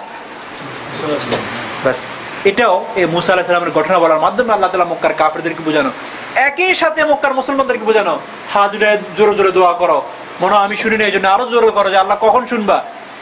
তো মুসার সাথে তো যে অবস্থা হয়েছে তোমাদের সাথেও সেই অবস্থা হবে, কিন্তু ভয় পাচ্ছ কেন? শেষ তো তোমরা দরিয়া পার হইবেই, নসরত তোমাদের সাথে, সাহায্য তোমাদের সাথেই। মুসলমানদেরকেও আল্লাহ তাআলা শিক্ষা দেওয়ার জন্য মুসা আলাইহিস সালাম ঘটনাটা আনছেন। কতটা সামঞ্জস্যশীল মক্কার কাফেরদের আর মুসলমানদের সাথে মুসা আলাইহিস সালামের ঘটনাটা এখন বুঝে আসতেছে। আচ্ছা, চতুর্থ হলো মক্কার কাফেররা রাসূল আকরাম সাল্লাল্লাহু আলাইহি ওয়াসাল্লামের বিরুদ্ধে এমন কোনো ওয়ে, এমন কোনো মিশন বাকি রাখে নাই যেটা তারা মানে শেষ করে নাই। সমস্ত স্কিম, সমস্ত মানে কূটকৌশল সব তারা ব্যবহার করে আসছে। তো আল্লাহ রসুলকে আল্লাহ তাআলা এটা বোঝানোর জন্য যে মুসাকে মারার জন্য জাদুঘর আনা হয়েছে, মুসাকে মারার জন্য বহু রকম ফান্দি করা হয়েছে, তো সর্বশেষ মারা কে গিয়েছে? ফেরাউন। চিন্তা করবেন না, সমস্ত কূটকৌশল সব বাতাসের সাথে উড়ে চলে যাবে, তাসার ঘরের মধ্যে উড়ে চলে যাবে। আপনার নবুয়ত, আপনার দাওয়াত, আপনার মিশন ঠিক থাকবে। এই মিশনকে আমি উঠাই নিব, এই মিশনের কান্ডারে আমি সোজা উঠাই নিব, এটাও একটা উদ্দেশ্য। এরপরে আরো হলো যে যখন যখন আপনারা মুসা আলাইহিস সালামের ঘটনা পড়বেন, সামনে পাবেন যে জাদুঘরকে আনছে কেন? মুসার বিরুদ্ধে লাগানোর জন্য, যে এই সাপ বা জাদুঘর দ্বারা মুসাকে শেষ করে দিবে। জাদুঘররা কি পরবর্তীতে নন মুসলিম ছিল না মুসলমান হয়ে গেছে? এই ঘটনাটা আপনারা সবাই জানেন দেখে আমি বেশি ডিপে যেতে চাই না। যখন মুসা আলাইহিস সালামটা ছাড়লেন লাঠিটা, শব্দ খেয়ে ফেললো, মুসলমান হয়ে গেল। মুসলমান হওয়ার পরে ফেরাউন কি বললো? তোমাদেরকে আগুনে জ্বালাবো, তোমাদেরকে জ্বলন্ত কি জানি বলে তেলের মধ্যে ভেজে ফ্রাই করে ফেলবো, যদি তোমরা হত্যা করে ফেলবো যদি তোমরা না ছাড়ো। তারা ছাড়ছিল ইমান? তারা সেজদায় লুণ্ঠিত হয়ে বলছে না। তো ঠিক এই ঘটনার মাধ্যমে মুসলমানদেরকে এটা বোঝানো যে ইমান হলো একটা আগুনের মতো, যখন এই আগুন লেগে যাবে অন্তরে, তো এই আগুন আর নিবানোর মতো না, এই আগুন আর নিবানোর মতো না, যত পরাশক্তি আসুক নিবানো যাবে না। যেমন জাদুঘরের অন্তরে এই আগুন লেগেছে, তো ফেরাউন চেষ্টা করি তারই ধরা, তারে হায়ার করা লোক, যখন তাদের অন্তরে ইমানের আগুন ঢুকে গেল, এটা নিবাইতে পারছে আর ফেরাউনে? তো এই মক্কার কাফেররা শুনো, যে আগুন এদের অন্তরে লেগে গিয়েছে, এই আগুন নিবানো তোমাদের দ্বারা সম্ভব হবে না। এটা একটা আলোচনা মক্কার মুসলমানদেরকে এটা বোঝানোর জন্য। একবার যখন তোমাদের ভিতরে ঈমান নামক সম্পদ এসে গিয়েছে, এটা হারানো যাবে না। সর্বশেষ যেটা আরো অনেক থাকতে পারে, সেটা হলো এই, যখন নাকি হযরত মুসা আলাইহিস সালাম সবাইকে ময়দানে রেখে এই যে ইয়েটা আনার জন্য যাচ্ছেন, তাওরাত আনার জন্য পাহাড়ে গেলেন, তখন ওখানে একটা সামরি নামে একটা লোক ছিল। কে ছিল? সামরি নামে। সে গোবৎস একটা বানায় ওটার পূজার পিছনে সবাইকে লাগাই দিল। আপনারা শুনছেন তো এই ঘটনাটা না? গোবৎসের পূজা শুরু করে দিল মুসার বাহিনী। তো আল্লাহ তাআলা এই ঘটনার মাধ্যমে মক্কার কাফের এবং মুসলমানদেরকে বোঝানোর জন্য যে তোমরা যদিও মুসলমান, তোমাদের মধ্যে কিছু মুনাফিক বসবাস করবে এবং আজীবন মুসলমান এই ডিজিজ নিয়েই চলতে হবে যে আমাদের মধ্যে 2-3% বা 5%, কখন এটা ভ্যারিয়েবল, ওই যে ইন্টারেস্ট রেট যেরকম ভ্যারিয়েবল করে, একটু ভালো অবস্থান হলে এটা উপরের দিকে হা করে উঠে যায়। তো এরকম যদি অবক্ষয় বেশি হয়, যদি আমাদের চারিত্রিক পদস্খলন বেশি হয়, তো মুনাফিকের সংখ্যা অনেক বেড়ে যাবে। যদি আমরা চারিত্রিক দিক থেকে একটু উন্নত, একটুখানি নিজেদেরকে সংশোধন করে নিই, তো মুনাফিকের সংখ্যা একটু কমে যাবে, কিন্তু থাকবে। যেরকম মুসার এরকম স্ট্রং বাহিনী, যে নাকি আল্লাহর বরকত এবং ব্লেসের মাধ্যমে সমুদ্রের উপর দিয়ে পার হয়ে গেছে, এর ভিতরে মুনাফিক আছে। সমুদ্রের ওই পারে চলে গেল না, তো এরপরে তো সে মুনাফিকটা করলো। তা তোমাদের মধ্যেও আছে, এদের ব্যাপারে খুব সাবধান। তবে এরা থাকবে, এদের মুনাফিক মুক্ত থাকা কষ্ট, এটা সোসাইটিতে থাকবে।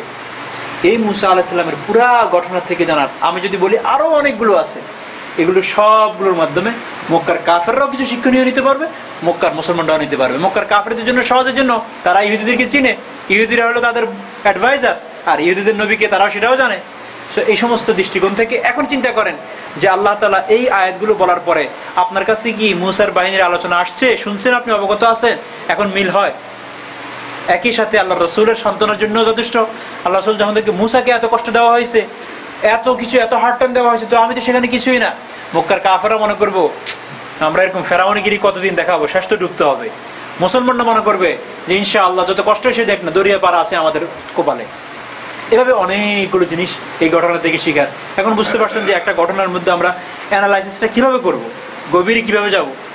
এইভাবে যদি একটুখানি তেলাওয়াত করেন, একটু অল্প করেন, চিন্তাটা একটু বাড়ায় দেন, তখন দেখবেন মানে সুইটনেস এবং কোরআনের যে হালাওয়াত, কোরআনের যে আবেদনশীলতা আপনাকে ডাকে, আহ্বান করে, সেটা বেড়ে যাবে। ইজ লাইভ মেসেজ এটা। এবার আপনি এটাকে নিয়ে আসেন আমাদের সময়ের মধ্যে। এই পুরো মেসেজটা মক্কার বাসীদের জন্য ছিল। এখন নাও রিসেন্ট টাইমের সাথে এটাকে মিলান। আমাদের সমাজে কি এমন নাই? আমাদের সমাজের মধ্যে কি ফেরাউনি শক্তি কাজ করে না? আমাদের সমাজে কি আবার মুসা নামে কোনো বাহিনী কাজ করে না? যে হয়তো দেখতে ছিঁড়া ফিরা জামা সামা কোন রকম চলছে, তোতলায় কথা বলে, এমনটা কথা সৌন্দর্য না, স্ট্যাটাস অনেক কম, কিন্তু আল্লাহ এবং তার রাসূলের জন্য নিরলস চেষ্টা করে চালায় যাচ্ছে না? আবার এর বিরুদ্ধে চারণ করার জন্য কিছু তওয়াগুতি বাহিনী দেখি না? আবার এর মধ্যে কিছু মুনাফিক বসবাস করতেছে না? এটাকে এইভাবে আনি সেট করে ফেলেন, তারপরে দেখুন কোরআন কথা বলে, কোরআন কথা বলে। আল্লাহ তাআলা আমাদের সকলকে এইভাবে কোরআন তেলাওয়াত এবং কোরআন বুঝার এবং কোরআনের মাঝে অ্যানালাইসিস করার তৌফিক দান করেন। ওয়া আখির দাওয়ানা আলহামদুলিল্লাহি রাব্বিল আলামিন। ইনশাআল্লাহ একটু চেষ্টা করলে, আমরা সবাই একটু একটু শুনতেছি, কিন্তু মেইন বিষয় হলো যে লাইফটা তো অনেক শর্ট, কত শুনবেন? কাজের ফাঁকে ফাঁকে যদি একটুখানি নিজেরা চেষ্টা করি যে এই দৃষ্টিকোণ থেকে আমি একটু চেষ্টা করবো, এই ঘটনাটা কেন আল্লাহ এখানে বললেন, অন্য কোনো ঘটনা কেন আনেন নাই, এটার পরে এটাকে কেন আনলেন, দেখুন আস্তে আস্তে আপনার ভিতরে। কারণ আল্লাহ তাআলা কোরআনটাকে ডিজাইন এই জন্য করেন না শুধু মাদ্রাসা ছেলেরা বুঝবে, কোরআনকে এই জন্য ডিজাইন করে না শুধুমাত্র আলেমরা বুঝবে, কোরআনকে একমাত্র ডিজাইন করে না শুধু আরবরা বুঝবে, শুধু আরবি পারে যারা তারা বুঝবে। No no, impossible. তাহলে এরকম হলে নন আরবের তাফসির বেশি এখনো পর্যন্ত। অথবা এরকম যদি হয় যারা বড় থেকে বড় কিতাব লিখছেন, ওদের মাদার টং ছিল ফার্সি, রাশিয়ার লোক সবচেয়ে বড়। আমরা মাযহাবের ক্ষেত্রে একজন ইমাম মনে করি ইমাম আবু হানিফা, ফার্সিতে কথা বলতেন, কিন্তু সবচেয়ে বড় মাযহাব আরবের তো না। কথার কথা বললাম। তো আল্লাহ তাআলা যখন ইলমি দ্বীন যেটা, এটা ওপেন, এটা অর্জন করার ক্ষেত্রে অন্য কোনো কিছু বাধাদায়ক না। সুতরাং এই বিষয়ে আমরা একটুখানি সতর্ক হলে ইনশাআল্লাহ আমাদের জন্য খুব সহজ। নিজেদেরকে একটু বানাইনি যে আমি প্রতিদিন আধা ঘন্টা 20 মিনিট সময় দিব, 20 মিনিট সময় দিব কোরআন বোঝার জন্য। ইনশাআল্লাহ আপনি আপনার প্রসপেক্টাস থেকে দেখবেন আস্তে আস্তে আপনি ফিল করতেছেন যে কোরআনটা সহজ। যারা একটু একটু চেষ্টা করতে তাদেরকে জিজ্ঞাসা করেন, যারা প্রথম শুধু খতম দিতেন তাদের একরকম, যারা এখন আস্তে আস্তে অনুবাদ পড়তেছে তাদের মনে হয় যে আচ্ছা ঠিক আছে অনুবাদের পরে একটু ব্যাখ্যা পড়ি, যারা ব্যাখ্যা পড়তেছে তারা মনে হয় আর একটু ডিটেলসে যাই। এভাবেই আমরা প্রত্যেকে একটু একটু চেষ্টা করি ইনশাআল্লাহ। আল্লাহ তাআলা আমাদের সকলকে কোরআন বুঝাটাকে সহজ করে দেন। আল্লাহ যদি সহজ করে দেন, কোনো বান্দার অসুবিধা আছে? হয়তো আল্লাহ আপনাকে সহজ করে দিতে পারে। হইতে পারে আপনার উচ্চারণ শুদ্ধ না, হইতে পারে আপনি ঠিকই ঠিকই পড়েন, কিন্তু আপনার আন্ডারস্ট্যান্ডিং পাওয়ার অনেক শার্প, অনেক শার্প। একটুতে আপনি বুঝে যান। এগুলো চেষ্টা করেন। আর সহজ তো এখন আরো সহজ, যে কোনটা আপনার খটকা লাগতেছে ঠিক ওটা টাইপ করেন, গুগলে ছেড়ে দেন, দেখবেন এর এক্সপ্লেনেশন চলে আসতেছে। আরো সহজ হলো, কোরআনে এমন কোন বিষয়টা নাই, যেমন কোরআনে একটা সায়েন্স নিয়ে আলোচনা করেছে, যে মনে করেন সূরা আবাসাতে যান, যে আমি কি মায়ের পেট থেকে তোমাকে সহজে বাইর হওয়ার জন্য পিচ্ছিল ওয়াটার তৈরি করে নেই, পানি তৈরি করে নেই? যারা একটু ইউটিউবে ইয়ে করেন যে সায়েন্স অফ কোরআনিক সায়েন্স, দেখেন ওখানে কিভাবে সেটা ব্যাখ্যা করতেছে। আপনার জন্য সহজ হয়ে গেল ব্যাখ্যার জন্য। আগে একটা সময় এগুলো লিমিটেড ছিল। লিমিটেড মানে হলো আলেমরা আলোচনা করবে, কয়েকজন লোক কথা বলবে আর বাকিরা শুনবে। নো, এটা কোনো খ্রিস্টানিটি না যে একমাত্র হোলি বুক চার্চের প্রিস্টে পড়বে আর কেউ পড়বে না। আর কেউ পড়ে না, কিন্তু ধর্ম না, এটা অনেক নাও বিকাম কোরআনও এরকম হয়ে যাচ্ছে। কোরআন সেম থিং হয়ে যাচ্ছে মানুষের ঘরে কোরআনটা সাজানোর জন্য। আর কোরআনটা তো রমজানে আমরা সবাইকে তো মনোযোগ দিই, সারা জীবন তো একটা খতম দিতে পারি না, রমজানের জন্য একটা খতম শুনতে পারি। ওই যে শোনা পর্যন্ত আসি, কিন্তু সামনে আল্লাহ জানে, হয়তো এরকম হবে যে হুজুর আপনি দুটো আয়াত পড়েন, আমরা একটু শুনি। ভয় ধরবে না কোরআন। চার্চে যাওয়া হচ্ছে, চার্চে তো একদিনে হয় নাই, আপনার এখন চলতেছে 2000 বছর লাগছে, আমাদের 1400 গেছে। তো 2000 পর্যন্ত যাতে দেখবেন যে ঠিক লিমিটেড পিপলেই কোরআন শরীফ তেলাওয়াত করতেছে। এখনো তো তাই হচ্ছে। তারপর আরো ব্রড ভাবে দেখবেন, এখন তো মুরব্বীরা পড়তেছেন, তখন একদম মুরব্বীরা এক কাতারে সবাই বসে আছে, শুধু সুবহানাল্লাহ পড়বেন। সহজ, ইজি, এটা তো ইজি গোয়িং। এটার জন্য কোরআন শরীফ, কারণ আমাদের যারা এখন আসতেছেন, আমাদের যারা বড় হচ্ছে, আপনার ছেলেটা, আপনি কি মনে করেন আপনি যে ফিলিংসে কোরআন পড়ছেন তারা পড়তেছে? এখানে যে কয়েকজন প্যারেন্টস আছে, আপনি আপনারটা চিন্তা করেন যে ফজরের পরে সূরা ইয়াসিন সে পড়ে, কিন্তু আপনি ছাত্র জমানাও পড়েছেন। আপনি যখন মেট্রিক পরীক্ষা, 9 পরীক্ষা বা 8 পরীক্ষা, তখন সকালবেলা উঠি সূরা ইয়াসিন, অন্তত কখনো কখনো তো মায়ের ভয় বিনা ওযুতেও পড়ছি কোরআন শরীফ খুলে। আর কথার কথা বললাম, এরপর আস্তে আস্তে বুঝে আসছে, তখন তো পড়ছেন না। আপনার বাচ্চা পড়ে এখন? আচ্ছা, এখন যদি পড়ে না, সামনে পড়বে মনে হয়? সামনের সময়টা কি আরো ইজি টাইম আসতেছে, আর রিল্যাক্সের টাইম আসতেছে, না আরো টু মাচ কমপ্লেক্স? সামনে তো যারা কাজ করবেন সেটা আর কিভাবে যে হবে, আল্লাহ মাফ করো। তো আমার মনে হয় সামনে এরকম হবে, এই চোখ ভাড়া দিবে এক কোম্পানিকে, এই চোখ ভাড়া দিবে আরেক কোম্পানিকে, বুঝছেন না? মানে এই চোখ দিয়ে এক কোম্পানি অ্যানালাইসিস করতে হবে, তাহলে মানে হবে না। এক্সপেন্স এত বেড়ে যাবে যে এক জবে হবে না। এখনো বহু মানুষ আছেন 3 জব করতে হয়। আর আমাদের দেশে এক হাজবেন্ড দিয়ে 14 জন ছেলে মেয়ে নিয়ে সবাই পুরো ফ্যামিলি চলতো। বরকত, এটাকে বলা বরকত। যাই হোক, ওই সময়ের আগে আল্লাহ তাআলা আমাদেরকে হায়াতে তাইয়্যিবা দান করে, খাতমা বিল খায়র দান করে পৃথিবী থেকে নিয়ে যাক, এরকম পেরেশানি না দেখাক। এরপরও হাজার পেরেশানির ভিতরে আল্লাহ তাআলা আমাদেরকে একটু সময় বাইর করে কোরআনের উপরে, কোরআনের ব্যাপারে থিঙ্কিং করার তৌফিক দান করেন।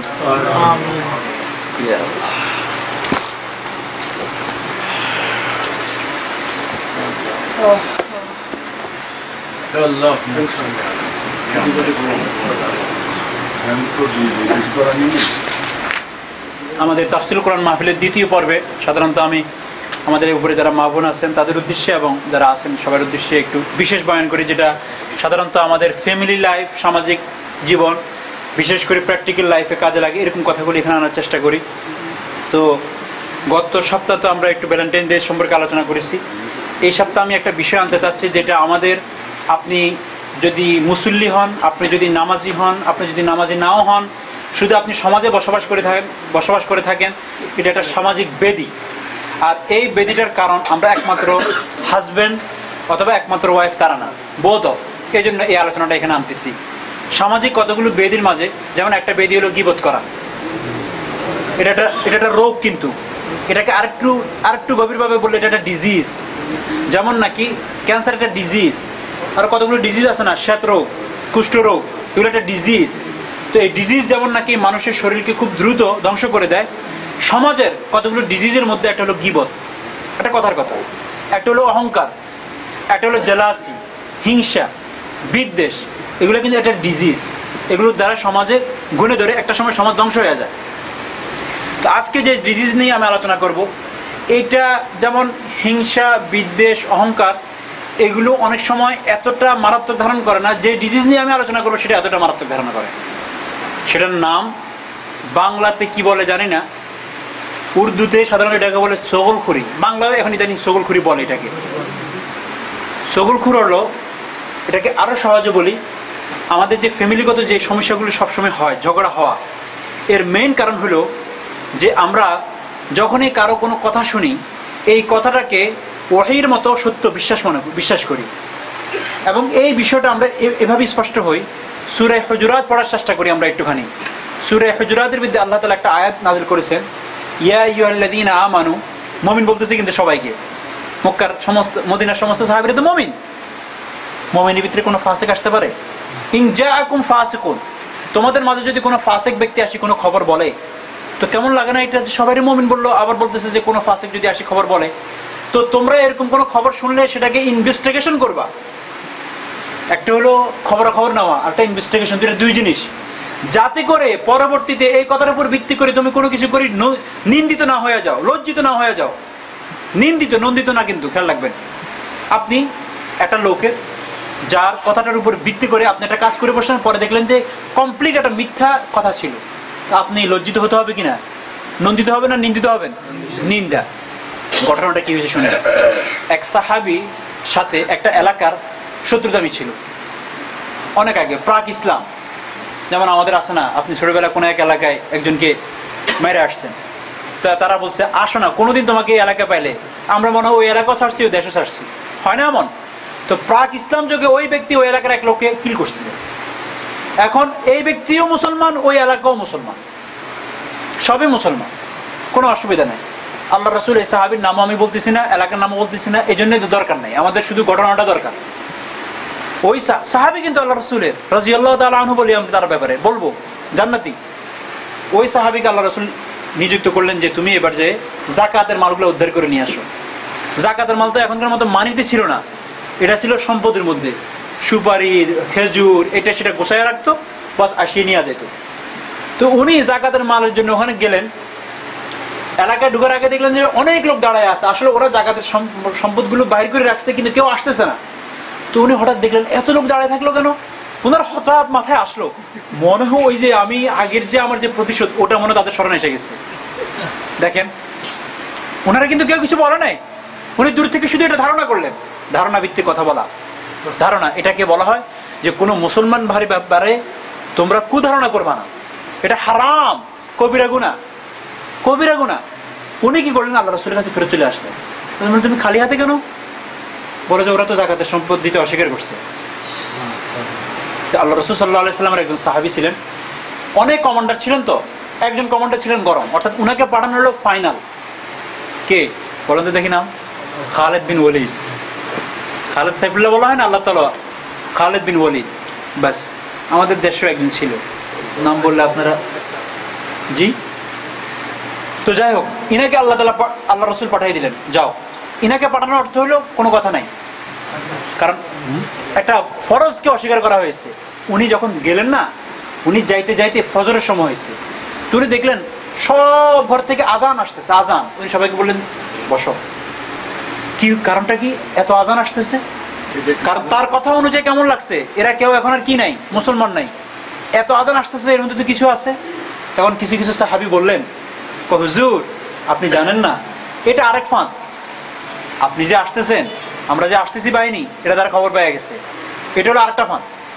কয় না, উনি দুটো লোককে বললেন, কারণ উনি তো শুধু একদিকে ছিলেন না যে শুধু ফাইটার, ওনার একটু ব্রেনও তো ছিল, তোমরা যাও খবর নাও। তো এরকম যায় মসজিদে ঢুকলেন, নামাজ পড়তে দাঁড়ালেন, ওরা সালাম ফিরে থেকে মদিনা থেকে, আরে ভাই তোমরা আসতেছো না, সমস্ত জিনিস পয়সা গেছে, এখন তোমরা আসছো। বাইরে কতদিন আগে জিনিস ভরে রাখছে, সমস্ত জিনিস পয়সাও গেছে, তোমরা জাকাতে টাকা জিনিসগুলো নিবা কখন? এক ব্যক্তিকে দেখছি, ও তো আসেও ফেরত চলে গেল। তখন উনি যে খালিদ বিন ওয়ালিদ কি বললেন, খালিদ বিন ওয়ালিদ সোজা কোনো কিছু করার নেই, আল্লাহ রাসূলের কাছে চলে আসলেন। আয়েশা বললেন, এই আসতে না আসতে আয়াত নাযিল হয়েছে, ইয়া আইয়ুহাল্লাযীনা আমানু ইন জাআকুম ফাসিকুম বিনাবাইন। এটা এই জন্যই যে আপনি যদি এই ব্যক্তির কথার উপরে শুনিয়ে অ্যাকশন নিতেন, সত্যিকার অর্থে যদি খালিদ অ্যাকশন করতো, সেই অ্যাকশনের পরে আপনি যখন জানতে পারবেন কথাটা মিথ্যা ছিল বা সত্য ছিল না, অসত্য ছিল, কি অবস্থা হইতো আপনার? মক্কার এতগুলো ওই এলাকার মেয়ে, ছেলে, আবাল, বৃদ্ধা মারা যেত, তখন কি হতো? তখন আল্লাহ রাসূল খুব সাবধান হয়ে গেলেন, খুব হয়ে গেলেন যে এটা আমি কি করলাম। তখন নাযিল হয়েছে। তাহলে ওই যুগটা সোনালী যুগ ছিল কিনা? তো সোনালী যুগের ভিতরেও কি এরকম আপনার হয়েছে কিনা, মানে কুধারণা, অসত্য ধারণা হয়েছে কিনা? এই জিনিসটাই আমাদের ফ্যামিলি লাইফের মধ্যে হোল করে, ছিদ্র করে, মানে ক্র্যাক সৃষ্টি করে। সেটা কেমন? আমরা অনেক সময় এটা মানে আমি কোনো কাউকে বেশি করে বলতেছি না, আপনি ঘরে গেলেন, মা আপনাকে বলল, এর মধ্যে একটু মিশ্রণ ছিল স্ত্রীর কথা। আপনি কি মনে করেন যে মা যেন আমাকে জন্ম দিয়েছে, মাকে মিথ্যা কথা বলতে পারে? এটাই সত্য। আপনি এটাকে ঠিক করানোর মতো সত্য মনে করে অ্যাকশনে চলে গেলেন। হয়তো 10 বছর পরে ওই অ্যাকশনের কারণে বিবাহ বিচ্ছেদ হয়ে গেছে, এরপর একদিন কইতে পারলেন ওই কথাটা মিথ্যা ছিল। কেমন হবে? ইনভেস্টিগেশন করবে। আচ্ছা, স্ত্রী আপনাকে খুব রোমান্টিক অবস্থায় পাইয়া মায়ের নামে একটা ছেড়ে দিল। আমি ইন জেনারেল বলতেছি, কেউ এটাকে অন্যভাবে নেবেন না। এটাকে আরো ইন জেনারেল করেন। 2 বোন আছে আপনার, এক বোন আপনাকে গেলেন তো আপনার একটু দরদ হতো ছোট বোনের সাথে, এই জন্য উনি লাগাই দিলেন। তুই ওর কথা বলস, তুই বিদেশ থাকলে সে একদিন একটা কথার কথা লেগে দিল, অথবা একটা কথা লাগাই দিল যে ভাবি কি কোনোদিন দেখতে গেছে, বা সে এরকম বলে। আপনি বললেন আচ্ছা এবার আর ইদি দিব না, ইদি পর্যন্ত বোনাস আর তারা দিব না, এই বাগিনারে আমি পরীক্ষার সময় দিব। মানে অনেক পরিকল্পনা আপনি নিয়ে আনিলেন। কিসের উপরে? একটা মিথ্যা কথার উপরে, ধারণা ভিত্তিক। শুধু তা না, আরো সবচেয়ে যে সমাজের যে বেদিটা সেটা আরো মারাত্মক। কোনো এক ব্যক্তির ব্যাপারে ধারণা ভিত্তিক একটা কথা বললো, জাস্ট একটা কথা, যিনি বললেন ওনার ভিতরে তো আছে আমি ধারণা করে বলছি, আর যার কাছে বলা হয়েছে উনি কি মনে করেন 100% সত্য। এরপর উনি আরেকজনের কাছে যেভাবে বলেন, কিভাবে বলেন জানেন? আরে দেখে আসছি। প্রথম কিন্তু ভিত্তি হলো ধারণা, পরটা দেখে। এটাকে বলা হয় সগলখড়ি। একের কথা অন্যের কাছে বলিয়া যে বিশৃঙ্খলা সৃষ্টি করা। রাসূল আকরাম সাল্লাল্লাহু আলাইহি ওয়াসাল্লাম হযরত হুযায়ফা রাদিয়াল্লাহু তাআলা থেকে বর্ণিত, মুসনাদে আহমদে এই হাদিসটা আছে। রাসূল আকরাম সাল্লাল্লাহু আলাইহি ওয়াসাল্লাম বলেন যে উনি বলেন সগলখোর কখনো জান্নাতে প্রবেশ করবে না, কখনো জান্নাতে প্রবেশ করবে না। হযরত আবু হুরায়রা বলেন যে আমি হুজুরকে জিজ্ঞাসা করলাম, উনি আল্লাহ রাসূল সাল্লাল্লাহু আলাইহি ওয়াসাল্লাম সাহাবীদেরকে জিজ্ঞাসা করলো, তোমরা কি জানো কিয়ামতের ময়দানে সবচেয়ে বেশি অদম কি হবে? অদম, যার থেকে শতধিক তোমার কপালে বলে না আর ধিক্কার বেশি কেউ পাবে না, সেই লোকটাকে। তো এক একজন এক একটা বললো, যে যার কোনো সওয়াব নাই, অথবা যে এক একজন তাদের কথা অনুযায়ী। পরে আল্লাহ রাসূল সাল্লাল্লাহু আলাইহি ওয়াসাল্লাম বললেন, দেখো সবচেয়ে অধম হিসাবে পরিচিতি লাভ করবে কাল ময়দানে মাশারে 2 মুখওয়ালা ব্যক্তি, সবচেয়ে অধম। এদের নিকট এক মুখ দিয়ে আসে, অন্যের নিকট আরেক মুখ দিয়ে যায়। এই ধরনের ব্যক্তিকে কাল ময়দানে মাশারে জাহান্নামে নিক্ষেপ করা হবে। এটা এই জন্য বলতেছি, আমাদের ফ্যামিলি লাইফগুলো যে ডিস্ট্রয় হচ্ছে, এর মেইন কারণ এর মধ্যে কিছু মানুষ অনেক সময়, এর বেশিরভাগ অনেক সময় যারা এটা আঞ্জাম দেন, যারা রিটায়ার্ড পার্সন হয়ে যায়, আস্তে করে কাজটা শেষ, আস্তে আস্তে এখন এই অনেকের দেখি হয়তো জেলাস হয়, এটা একটুখানি বলা, এটা কিন্তু সবচেয়ে সমাজের এখন বড় ডিজিজ। এবং কোনো ফ্যামিলি লাইফ যে ভাঙে, যেমন আপনার কাছে কোনো ব্যক্তি আসিয়া বলল যে ভাই আমি আমার ওয়াইফের ব্যাপারে একটু সন্দিহান, সমস্যা চলতেছে, তা আপনি কি করেন জানেন? আবার ওয়াইফকে বলেন ভাই তো মনে আপনাকে ভালো চোখে দেখে না। তাহলে এবার একটা ঘটনা শুনেন। এক তাবির ব্যাপারে পাওয়া যায়, ওনার নাম ছিল হযরত ইবনে সালামা। উনি লেখেন যে জনৈক ব্যক্তি তার এক গোলামকে বিক্রি করতেছে, গোলামকে বিক্রি করতেছে। যখন নাকি গোলামকে বিক্রি করতেছে, তখন উনি বললেন ভাই আমার এই গোলামের একটা দোষ ছাড়া আর কোনো দোষ নাই। বলে দোষটা কি? দোষটা হলো 2 মুখা, একটু চগলখড়ি করে, কথা বেড়ায়, ধারণা ভিত্তিক কথা বলে। দাদা এটা I am gonna fix it, এটা কোনো বড় দোষ না, এটা দোষ আমাদের কাছে কোনো দোষ না। তো উনি কিনে নিলেন, ওই লোকটা কিনে নিলেন। কিনে নেওয়ার কদিন পরে এই গোলাম তার স্ত্রীকে বললেন যে আপনার স্বামী আরেক বিবাহ করতে চায়। কারণ গোলাম তো খুব ঘরে ঢুকে যায় না, একদম ঘরে সব কাজ করে আস্তে আস্তে সুযোগ মতে। বলে যে কেমনে? হ্যাঁ উনি আলাপ করছে আমার সাথে, তো তবে আমার কাছে একটা ইয়ে আছে, মহা ওষুধ আছে, এর দ্বারা আপনি এটা বন্ধ করতে পারেন। বলে যে সেটা কি? বলে যে যখন উনি ঘুমে থাকেন, একদম ঘুমে থাকেন, গভীর ঘুমে, আপনি একটা খুর দিয়ে ওনার দাড়ের নিচের যে লোমগুলো আছে এই জায়গায় যেগুলো গলায় উঠে, এগুলো একটু শেভ করে দিবেন। এটা পরীক্ষিত আমল। এরপর আর আরেক বিবাহের চিন্তা ওনার মাথায় আসবে না। বুঝিয়েন? এবার স্বামীকে যায় বলে আপনার স্ত্রী তো একটা ফান দিয়ে আটতেছে। বলে যে সেটা কি? বলে আপনাকে সুযোগ মতো পাইলেই হত্যা করবে। বলো কি তোমার এই কথার কি প্রমাণ? বলে যে একটু ঘুমের ভান করিয়া থাকেন না, একদিন ঘুমের ভান করিয়া শুয়ে থাকেন।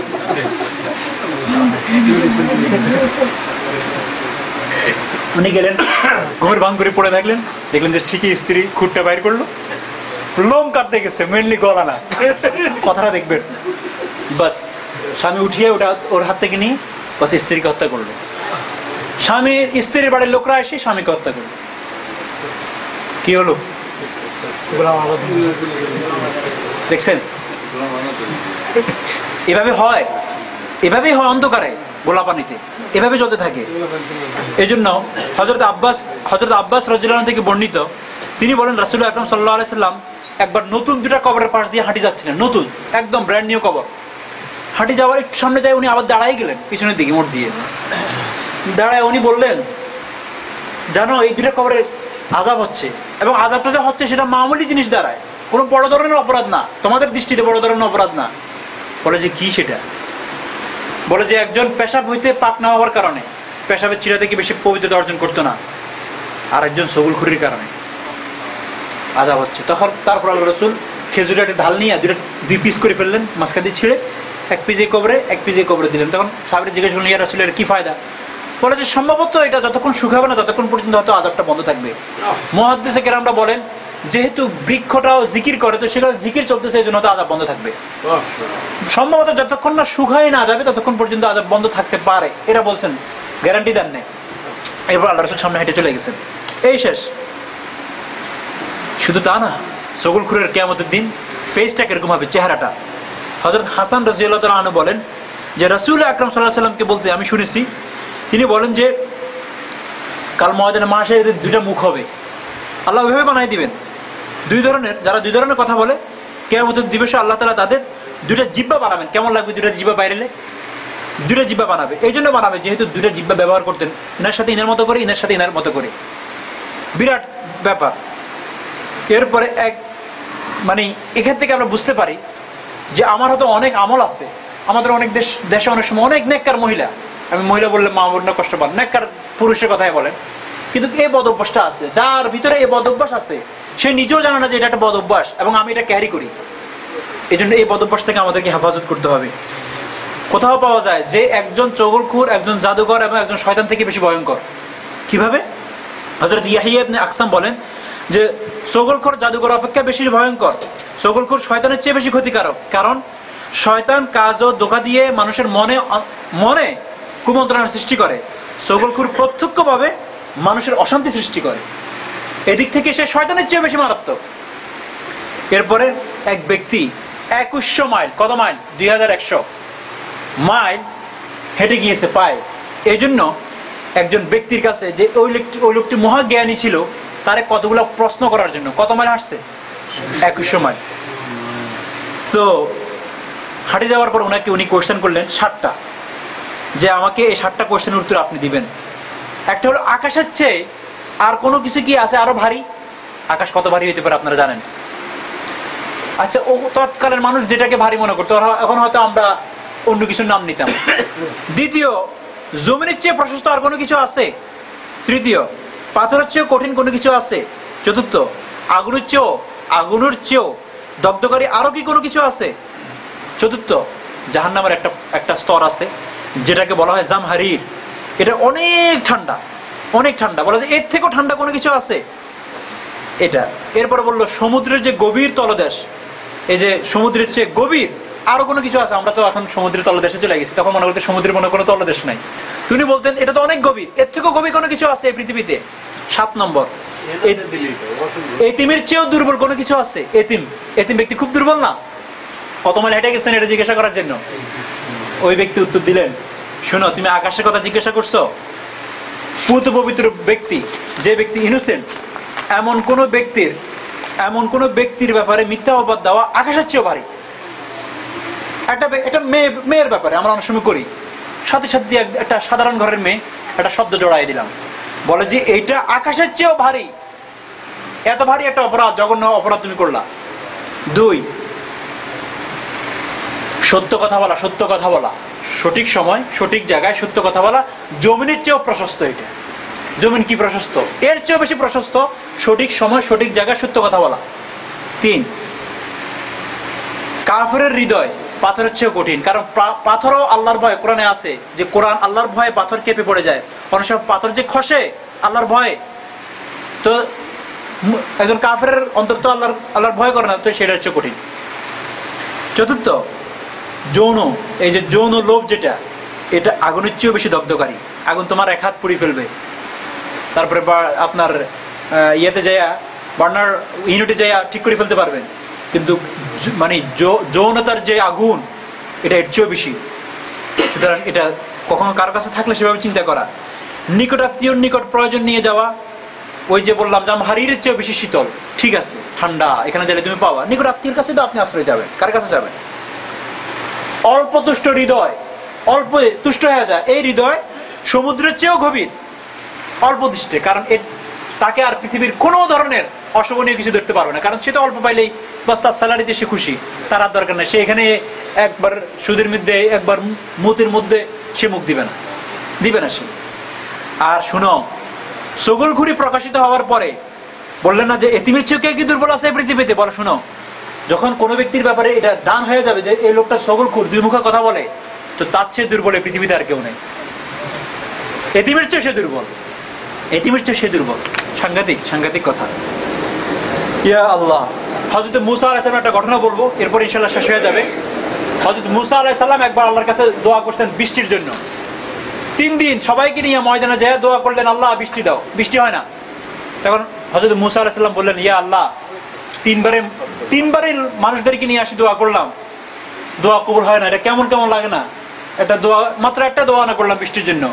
বলে যে তোমার এখানে একটা সগলখোর আছে, তার জন্য দোয়াটা কবুল করতে পারতেছে না। যে মজলিসে সগলখোর থাকে, দুই মুখ লোক থাকে, মুনাফিক থাকে, সেই মজলিসে দোয়া কবুল হয় না।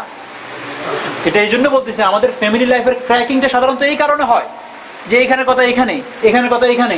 মানে আমরা অনেক সময় যদি কোনো দাম্পত্য জীবনের কপটের সুযোগ পাই, আপনার কাছে হয়তো বিচারটা দিয়েছে, আপনি সেটা ছিদ্র ছিল হয়তো 1 মিলিমিটার, এটাকে এবার মানে 1 গজ বানাই দেয়, যে এটাকে আর একটু বাঁশ দিয়ে বড় করে দিই একটুখানি, এত ছোট কেন?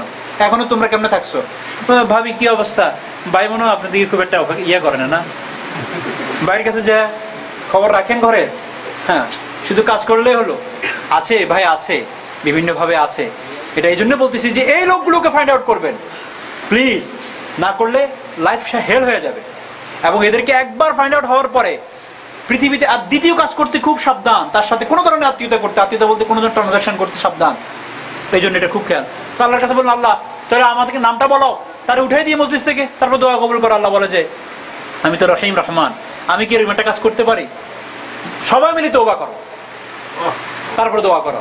হযরত মুসা আলাইহিস সালাম সবাইকে নিয়ে তওবা করলেন, ওর ভিতরে ওই লোকটা তওবা করলো, আল্লাহ তাআলা দোয়া কবুল করলেন, বৃষ্টি হলো। তাহলে আমাদের তওবা দরজা তো খোলা। ভাই এই ডিজিজ আমার ভিতরে, আমি আমাকে বলতেছি আমার ভিতরে আছে, আমি তওবা করতেছি, আল্লাহ আমাকে, আমার এই ডিজিজ তুমি দূর করে দাও। এই সামাজিক বেদি দ্বারা, এই বেদি দ্বারা সমাজকে বিচ্ছিন্ন করার দরকার নাই। এটা আমাদের ফ্যামিলি লাইফে বেশি হয়। হযরত ওয়াহাব ইবনে মুনাব্বিহ রাহমাতুল্লাহ আলাইহি উনি বলেন যে কেউ যদি তোমার এমন গুণের কথা প্রশংসা করে যেটা আপনার মাঝে নাই, আপনাকে আসে বলে যে আপনি তো সাংঘাতিক দয়াবান, আর আপনি জানেন আসলে আপনি এত দয়া করেন না। তো উনি বলেন, মুনাব্বিহ সাহেব বলেন যে কেউ যদি তোমার এমন গুণের প্রশংসা করে যেটা তোমার মাঝে নাই, তবে আশ্চর্যের কিছুই হইও না, তুমি আশ্চর্যজনিত হও না যে সে তোমার এমন দোষের কথা অন্যের কাছে বলবে যেটা তোমার মাঝে নাই। যখনই কেউ তোমার এমন প্রশংসা করবে, এমন একটা গুণ বলবে যেটা তোমার মাঝে নাই, তো তুমি নিশ্চিত, বি মেক শিওর যে তোমার এমন এক দোষের কথা আরেকজনকে বলবে যেটা তোমার মাঝে নেই। জি, এই ধরনের চাটকারিতা লোকদের থেকে দূরে থাকবেন, সাবধান। যখন দেখবেন যে এই লোকটা আমাকে শুধু শুধু এরকম বলতেছে, তার মানে এই লোক সুযোগ পায় না আমার এমন কথা বলবে যেটা আমার মাঝেও নেই, দোষ। এরা হয়ে থাকে অনেক সময়। হযরত ওমর ইবনে আব্দুল আজিজ রাহমাতুল্লাহ আলাইহির ব্যাপারে পাওয়া যায়, আপনারা জানেন, যাকে নাকি খলিফায়ে খামেস বলা হয়, হযরত ওমর ফারুকের নাতিনির জামাই। তো নাতনির জামাই ওনার কাছে এক ব্যক্তি আসিয়া এরকম বললো যে, এক ব্যক্তির ব্যাপারে এরকম কথা বললো। তো উনি বললেন, আমি দরবার এখন ওই লোকটা ডাকবো, যদি তোমার কথা সত্য হয় তো ভালো, সত্য না হলে আমি আয়াত অনুযায়ী কাজ করব, তোমার যে শাস্তি হওয়ার। সাথে সাথে ওই লোক বললো, সরি, ঠিক, আমি তওবা করে নিলাম। উনি সম্মতি দিচ্ছেন, অথবা তুমি তওবা করে নাও। এটা এখানে শেষ না, আমরা আশরাফ আলী থানভীর রহমাতুল্লাহ নাম সবাই শুনছি কম বেশ। ওনার 2 স্ত্রী ছিলেন। উনি লেখেন নিজের কিতাবে, আমার এক স্ত্রী একদিন এক ব্যক্তির ব্যাপারে, ধরেন না আব্দুল করিম ভাই আপনার ব্যাপারে এই কথা বলছে। তো উনি এক ব্যক্তিকে পাঠিয়ে দিলেন, ভাই এই লোকটাকে নিয়ে আসেন। নিয়ে আসার পরে পর্দার আড়ালে দাঁড়া করে নিজের বউকে বললেন যে, তুমি কি একটু আগে যে বললো আব্দুল করিম ভাইয়ের ব্যাপারে কিছু একটা, উনি পর্দার এই পাশে আছে, তুমি একটু এখন বলো, তাহলে সুবিধা হয় সমাধান হইতে। উনি বললেন যে, আপনি এমন একটা কাজ করলেন, আপনি নিয়ে আসবেন, আমি জানি, এখন আর বলবে না। আমাদের কিন্তু কেমন হয় ফ্যামিলিতে, ভাই বলে আরেক ভাইয়ের ব্যাপারে, বোন বলে আরেক বোনের ব্যাপারে। আপনি যদি লিভিং রুমে দুজনকে একসাথে করে নেন, আচ্ছা তুমি এটা বলছো, তুমি এটা বলছো, এখন কোনটা সত্য আমি একটু বিশ্বাস করি। আর আপনার কাছে বলবে না যে এই ভাইটা বেকুফ, কিন্তু এটাই শরীয়তের বিধান, ইন জাআকুম ফাসিকুম বিনাবাইন ফাতাবায়ানু, ইনভেস্টিগেশন করো। শব্দটা এরকম বলে না শুধু একটু সরাসরি দেখো, একটু পাতলা পাতলা করে দেখো, একটু নো, তুমি যত তলাদেশে যেতে পারো যে কোন কথা, এই কথাটা সত্য হইতে পারে, আমার একটা বোন আমাকে এটা বলতে পারে, ইনভেস্টিগেশন করো, তারপরে তুমি অন্যদিকে যাও। কিন্তু আমরা এটা অনেক সময় করি না। এখন প্রশ্ন হলো যে যদি কোনো ব্যক্তির ব্যাপারে আমরা এরকম হই যে একজন চগলখোর, ইনি একজন দুমুখা ব্যক্তি, মুনাফিক, সমাজের বিশৃঙ্খলাকারী, অথবা ইনি ডিজিজ বা ফ্যামিলি লাইফে আমাদের ডিজিজ হিসেবে আসছেন, ফ্যামিলিকে ক্র্যাক ধরাই দিচ্ছেন, এরকম ব্যক্তি যখন ধরা পড়ে করণীয়টা কি এটা তো জানা দরকার। শরীয়ত কি বলে? শরীয়ত বলে যে তাকে বিশ্বাস না করা, আর কোনো বিষয়ে তাকে বিশ্বাস করবেন না সহজেই, আনটিল যদি যেটা সূর্যের মতো স্পষ্ট 2 টাকা 2 টাকা 4 টাকা দিছে আপনাকে, ঠিক আছে, এটা ভালো কথা। কারণ চগলখোরের সাক্ষ্য গ্রহণ করা হয় না একবার যদি ধরা পড়ে। 2, এই ধরনের আচরণ করতে নিষেধ করবেন, সুন্দরভাবে বলবেন, সামাজিকভাবে বলবেন, অথবা ইন্ডিভিজুয়াল বন্ধুত্ব থাকলে সেভাবে বলবেন, এবং তারা সতর্ক করার চেষ্টা করা। আমাদের ভাই বোনদের মধ্যে, আমাদের ফ্যামিলির মধ্যে থাকতে পারে, ইভেন এটা আমার মাও হইতে পারে, এটা আমার শাশুড়ি হইতে পারে, এটা আমার স্ত্রীও হইতে পারে, যে তোমার এই রোগটা আছে, এটা কোনো এরকম না যে আর কারণ এই পৃথিবীতে অনেকের আছে, এর মধ্যে তুমি পড়ে গেছো, অথবা এটার মধ্যে আমি পড়ে গিয়েছি। আমরা একটু চেষ্টা করি যে আমরা এটা করবো না, একটু পরে আমি বলতেছি, আল্লাহর সন্তুষ্টির উদ্দেশ্যে আমি বলতেছি ভাই।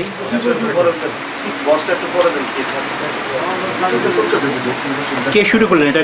কার এত হঠাৎ ডাকলো? যখন এখানে বসি এটার একটা কন্ট্রাক্টিং আছে, জি, একটা গুরুত্বপূর্ণ আলোচনার মাঝে বক্সটা চালাই দিবেন, এটাও কিন্তু কারো একজনের পক্ষ থেকে আসছে, বাইরে করে নিন। আল্লাহ সন্তুষ্টির উদ্দেশ্যে তার প্রতি বিদ্বেষ পোষণ করা, একমাত্র আল্লাহ, ফর দ্য সেক অফ আল্লাহ বিদ্বেষ পোষণ করা জায়েজ না, এটাও হারাম। কিন্তু আল্লাহর সন্তুষ্টির জন্য বিদ্বেষ পোষণ করা, যে তুমি সমাজের বিষক্রিয়া, তুমি সমাজের ডিজিজ, আল্লাহ সন্তুষ্টির জন্য, তাহলে ওই লোক যদি সংশোধন হয়ে যায়, আলহামদুলিল্লাহ রাব্বিল আলামিন। মুসার বাহিনীর মধ্যে বলছেন তওবা করে দিয়েছে, আল্লাহ দোয়া কবুল করে নিয়েছেন, অবশ্যই দোয়া কবুল করবেন। হত্যা করলেও তো আল্লাহ দোয়া কবুল করে নেয় তওবা করলে, সুতরাং এটা তো এরকম না। এই জন্য বিদ্বেষ পোষণ করা, চগলখোরের কথায় মুসলিম ভাই সম্পর্কে কুধারণা না করা, এটা সবচেয়ে বড়। আমরা এই কাজটা করে থাকি। উনি বলছেন তো, উনি যখন এরকম ভাবে বলছেন, না করলে কি এটা এত বড় কথাই নিয়ে এত সুন্দরভাবে বলতে পারেন? এত বড় কথা কি বানানো যায়? এত বড় কথা বানানো যায়। বিশ্বাস না করা, এবং সবচেয়ে সহজ হলো, এটা ইসলামের বিধান।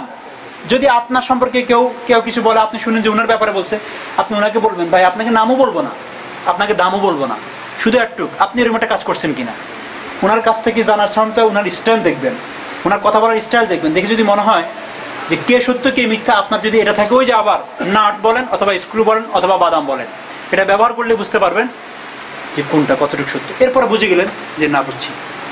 কিন্তু আমরা কি কাজটা, আমরা এখানেই শেষ। উনি বলেন ধারণা ভিত্তিক, আর আপনি এটাকে কোরআনের মধ্যে সত্য মনে করেন। এরপরে পারলে আরেকজনকে বলেন, আরে আমি তো একজন না, 100 জন থেকে শুনছি, এখন 100 জন হয়ে গেছে একজন। এই জন্য এটা খুব, আর বিশেষ করে ফ্যামিলিতে এটা হয় বেশি। আর যদি 14-52 ফ্যামিলি হয়, যেখানে কয়েক সিঁড়ি একসাথে থাকে, সেখানে আরো বেশি হয়ে থাকে। যখন কেউ কারো অথরিটির মধ্যে হাত দেয়, যে মনে হয় যেন এখন ফ্যামিলিতে ওই সদস্যের দামটা একটু বেড়ে গিয়েছে, ওনার রুজি রোজগার ভালো, এই শুরু হয় এগুলো, রুজি রোজগার ভালো, এখান থেকে শুরু হয়। আর সবচেয়ে বড় যে জিনিসটা করা, সেটা হলো যে যা তুমি এই চগলখোরের জন্য পছন্দ করো না, তুমি নিজেও তা করো না। আমরা যেমন আরেকজন চগলখোরি করা পছন্দ করি না, প্রথম নিজেকে আল্লাহর কাছে মানাই, আল্লাহ আমার ভিতরে এই ডিজিজটা দিও না, আমার কারণে যাতে কারো এই ক্ষতিটা না হয়, এই ক্ষতিটা যেন না হয়, এইভাবে আমরা একটু ট্রিট করার চেষ্টা করি। এর মাধ্যমে ইনশাআল্লাহ আল্লাহ তাআলা আমাদেরকে হয়তো এই ডিজিজ থেকে বাঁচার তৌফিক দেবে। প্রথমে আমি মাইসেলফ বলি, পরে আপনারা সবাই আল্লাহর কাছে এই দোয়াটা করবেন যে আল্লাহ, যদি এই ধরনের কোনো কিছু আমার দ্বারা কখনো হয়ে থাকে, আমি তওবা করতেছি। আর ফ্যামিলির মধ্যে একটু চেক করবেন যে ভেজালটা কোন জায়গা থেকে আসে। এক মুআমালা হলো এটা, যখনই কোথাও কোনো ধরনের এরকম কিছু হবে, 2 পক্ষের কথা শোনা। এই জন্য জানেন হাকিমদের এটা নিয়ম, 2 পক্ষের কথা শোনা। আপনি এরকম কয়েকদিন এই আমলটা করেন, দেখবেন সব সহজ। ফ্যামিলিতে এরকম হয়, স্ত্রীর কথাটাকে ইনভেস্টিগেশন করা হয় না, মায়ের উপর রাগ করে বসে থাকে ছেলেটা মায়ের থেকে শুনে স্ত্রীর কথার উপরে, স্ত্রীর উপর রাগ করে বসে থাকে, এই রাগের উপরে চলতে থাকে বহু কিছু। এই এক রাগ 100 রাগের জন্ম দেয়, শেষ হয়তো একসময় সেপারেট হয়ে যায়। আচ্ছা, ভাই বোনদের মধ্যে এরকম হয়, 20 বছর কথা বলে না, একটা মিথ্যা অহেতুক ইয়ের উপরে, সেন্টেন্সের উপরে। এক লোক বলে দিচ্ছি শুধু একটু, যে তুমি তো বিদেশ থেকে এত কিছু পাঠায়, সে তো তোমার কথা কি বলে, একটা তুচ্ছাও পাঠায় না, বাস একটা টোক লেগে দিল আপনাকে। আপনি বললেন এমন, আমি এত কিছু পাঠানোর পরে এই কথা পাঠাইলাম না, যাও আলাদা হতো বোন, এইভাবে বলে না, অন্য কোনো দৃষ্টিকোণ থেকে বলছি, অন্য কোনো অ্যাঙ্গেলে বলছি, আর ওটাকে উনি নাড়াই দিলেন একটুখানি। আর ওই দুইজনকে, ওই ব্যক্তিকে আপনার বোনের সামনে ডাকার পরে দেখা গেছে যে এটা সামান্য বিষয় ছিল। আল্লাহ হেফাজত করুক। আল্লাহ তাআলা আমাদের সকলকে এই কথাগুলো আমল করার তৌফিক দান করুক। বিশেষ করে সামাজিকভাবে যদি কাউকে এরকম দেখা যায়, তাদের ব্যাপারে আমরা নিজেরাও সতর্ক হই আর নিজেদের জন্য দোয়া করি যে আল্লাহ তাআলা আমাদেরকেও লাইফে চলাকালে এই ধরনের ডিজিজ থেকে হেফাজত করেন। ওয়া আখির দাওয়ানা আলহামদুলিল্লাহি রাব্বিল আলামিন।